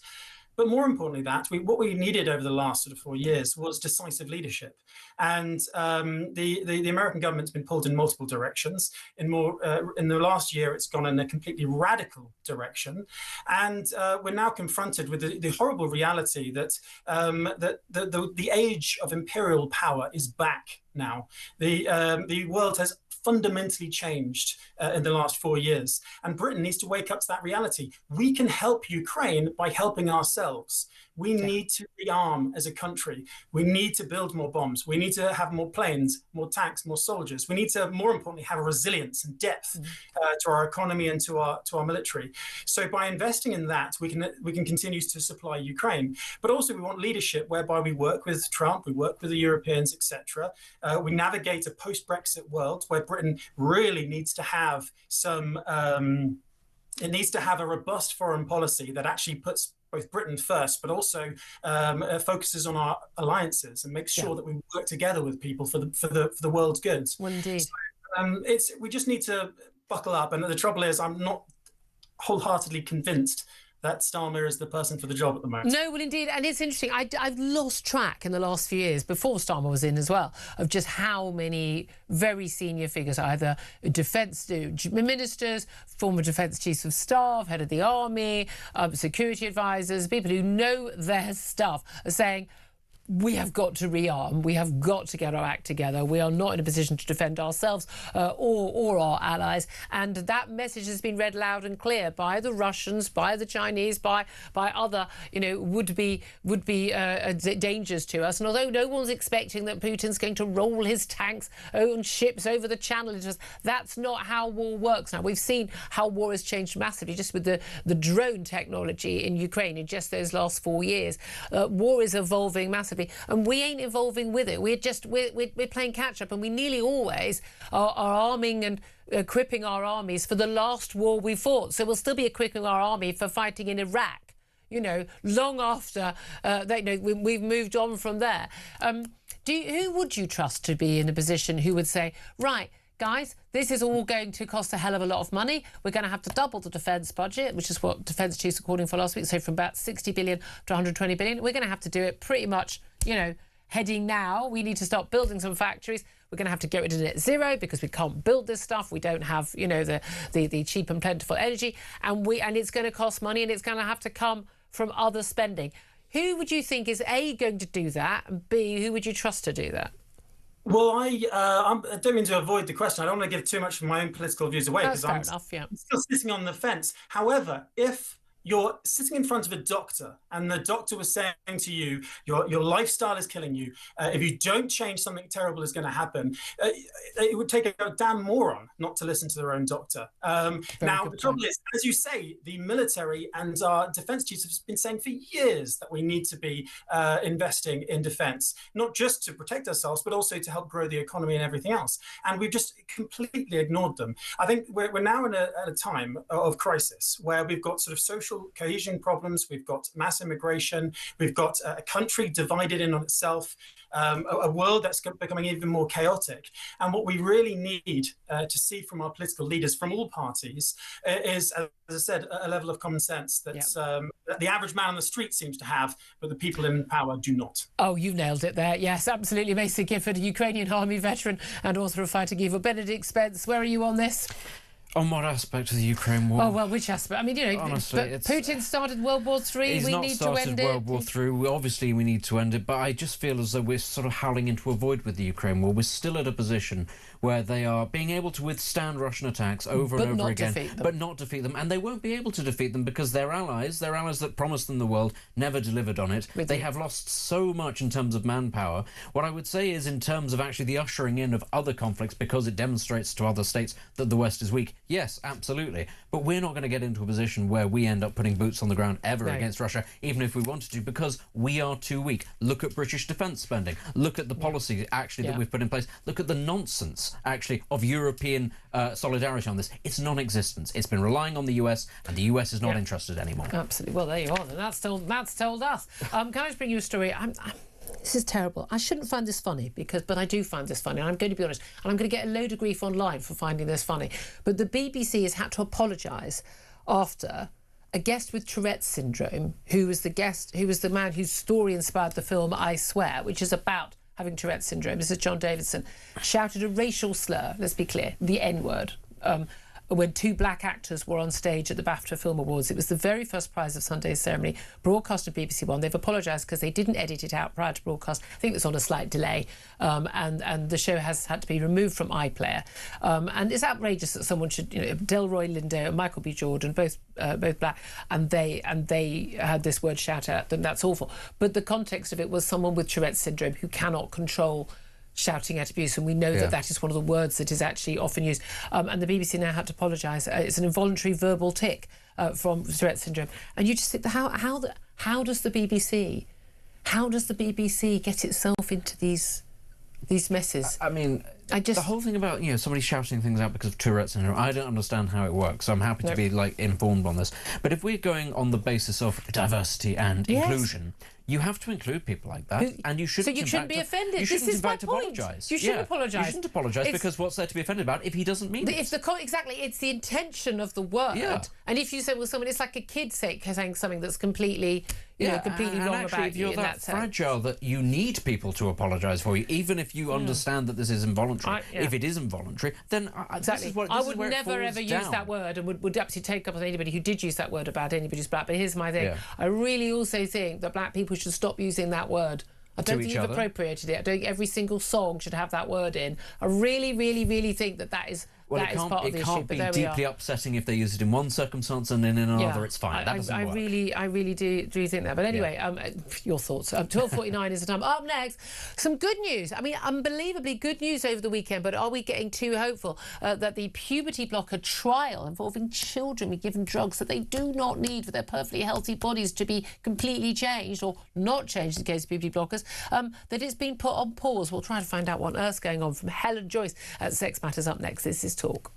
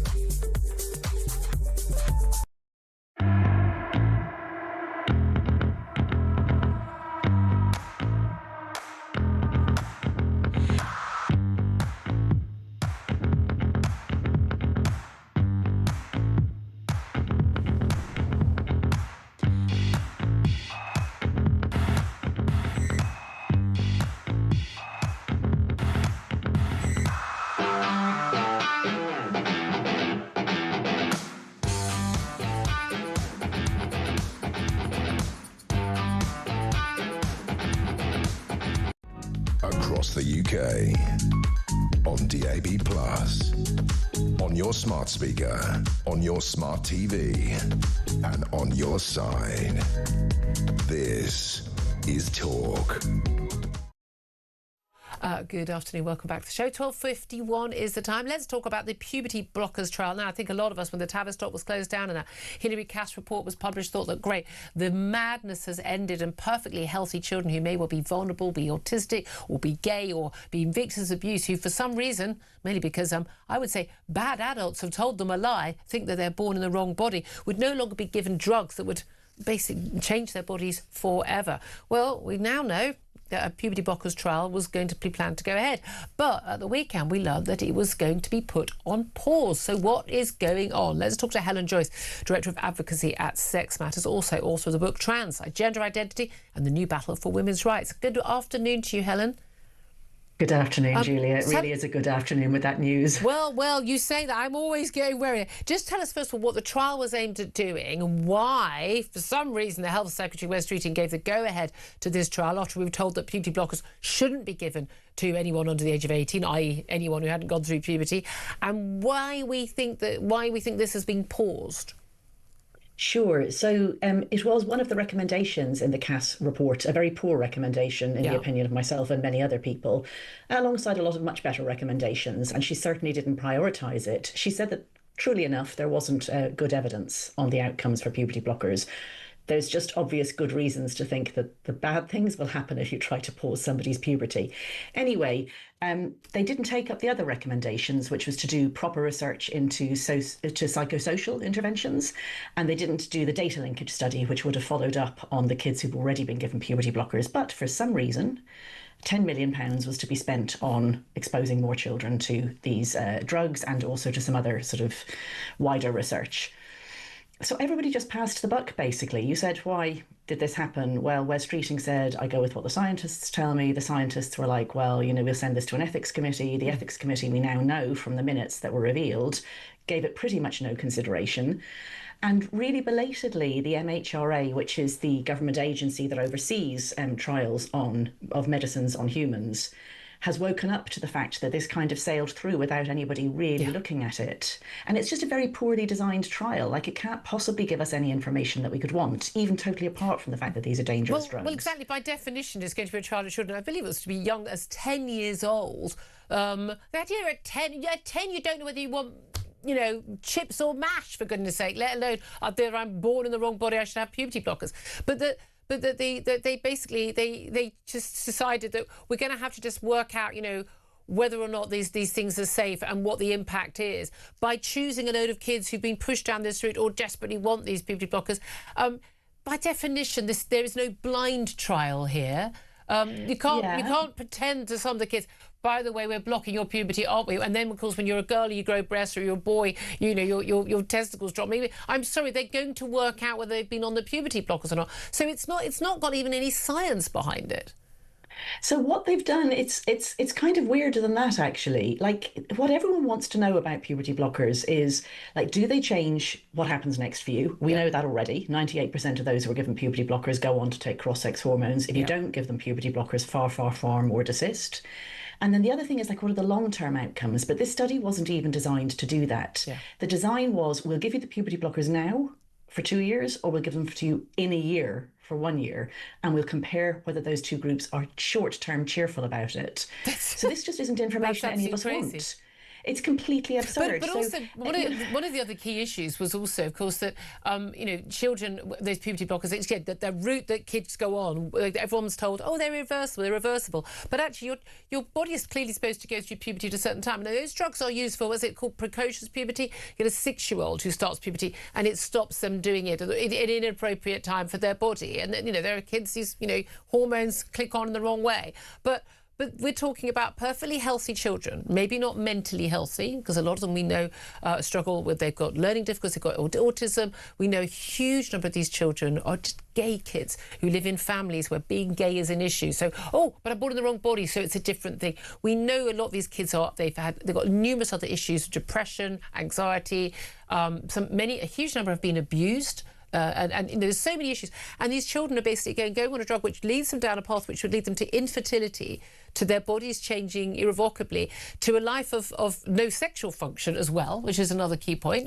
They're not equipped to make that decision. And the ethics of a trial, of putting these drugs into a healthy child, seems to me to be an absolute no-brainer, that would never be ethically acceptable. I mean, I completely agree with you, but they had these sort of bits where they said, well, the children will be very carefully chosen. We will only give these drugs to children we think will benefit. Well, the point of the Cass review is you couldn't tell which kids are going to desist, but also, even if a child isn't going to desist, even if that's a child who's going to continue to think of themselves as being of the opposite sex for the rest of their life, you still don't mess up their body on their way to adulthood. Absolutely. So this idea that we pick the right kids was always stupid. But then they decided that they were going to test this drug as a standalone treatment, like not have it what they call confounded, like mixed up with the impact of further things like cross-sex hormones.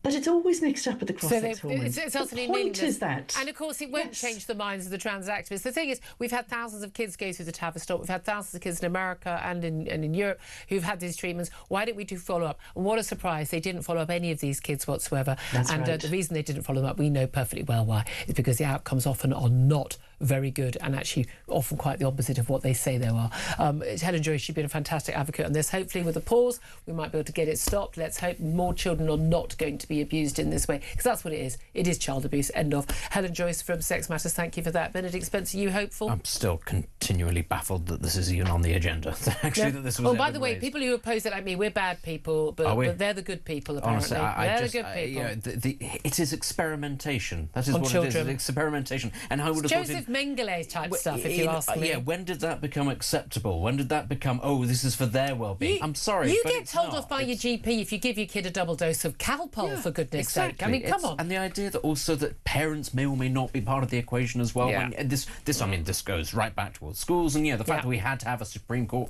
ruling on what is or isn't a woman, and then you have schools and everything pushing back. It's nuts. How are we still here? I don't know. Exactly. Well, where's treating? I mean, for me, it's a deal breaker. For future every Prime Minister, politician, according it's to a him. deal breaker. Not if Keir Starmer's got anything to do with it. Anyway, here's a deal breaker. Ian Collins is here. Hello.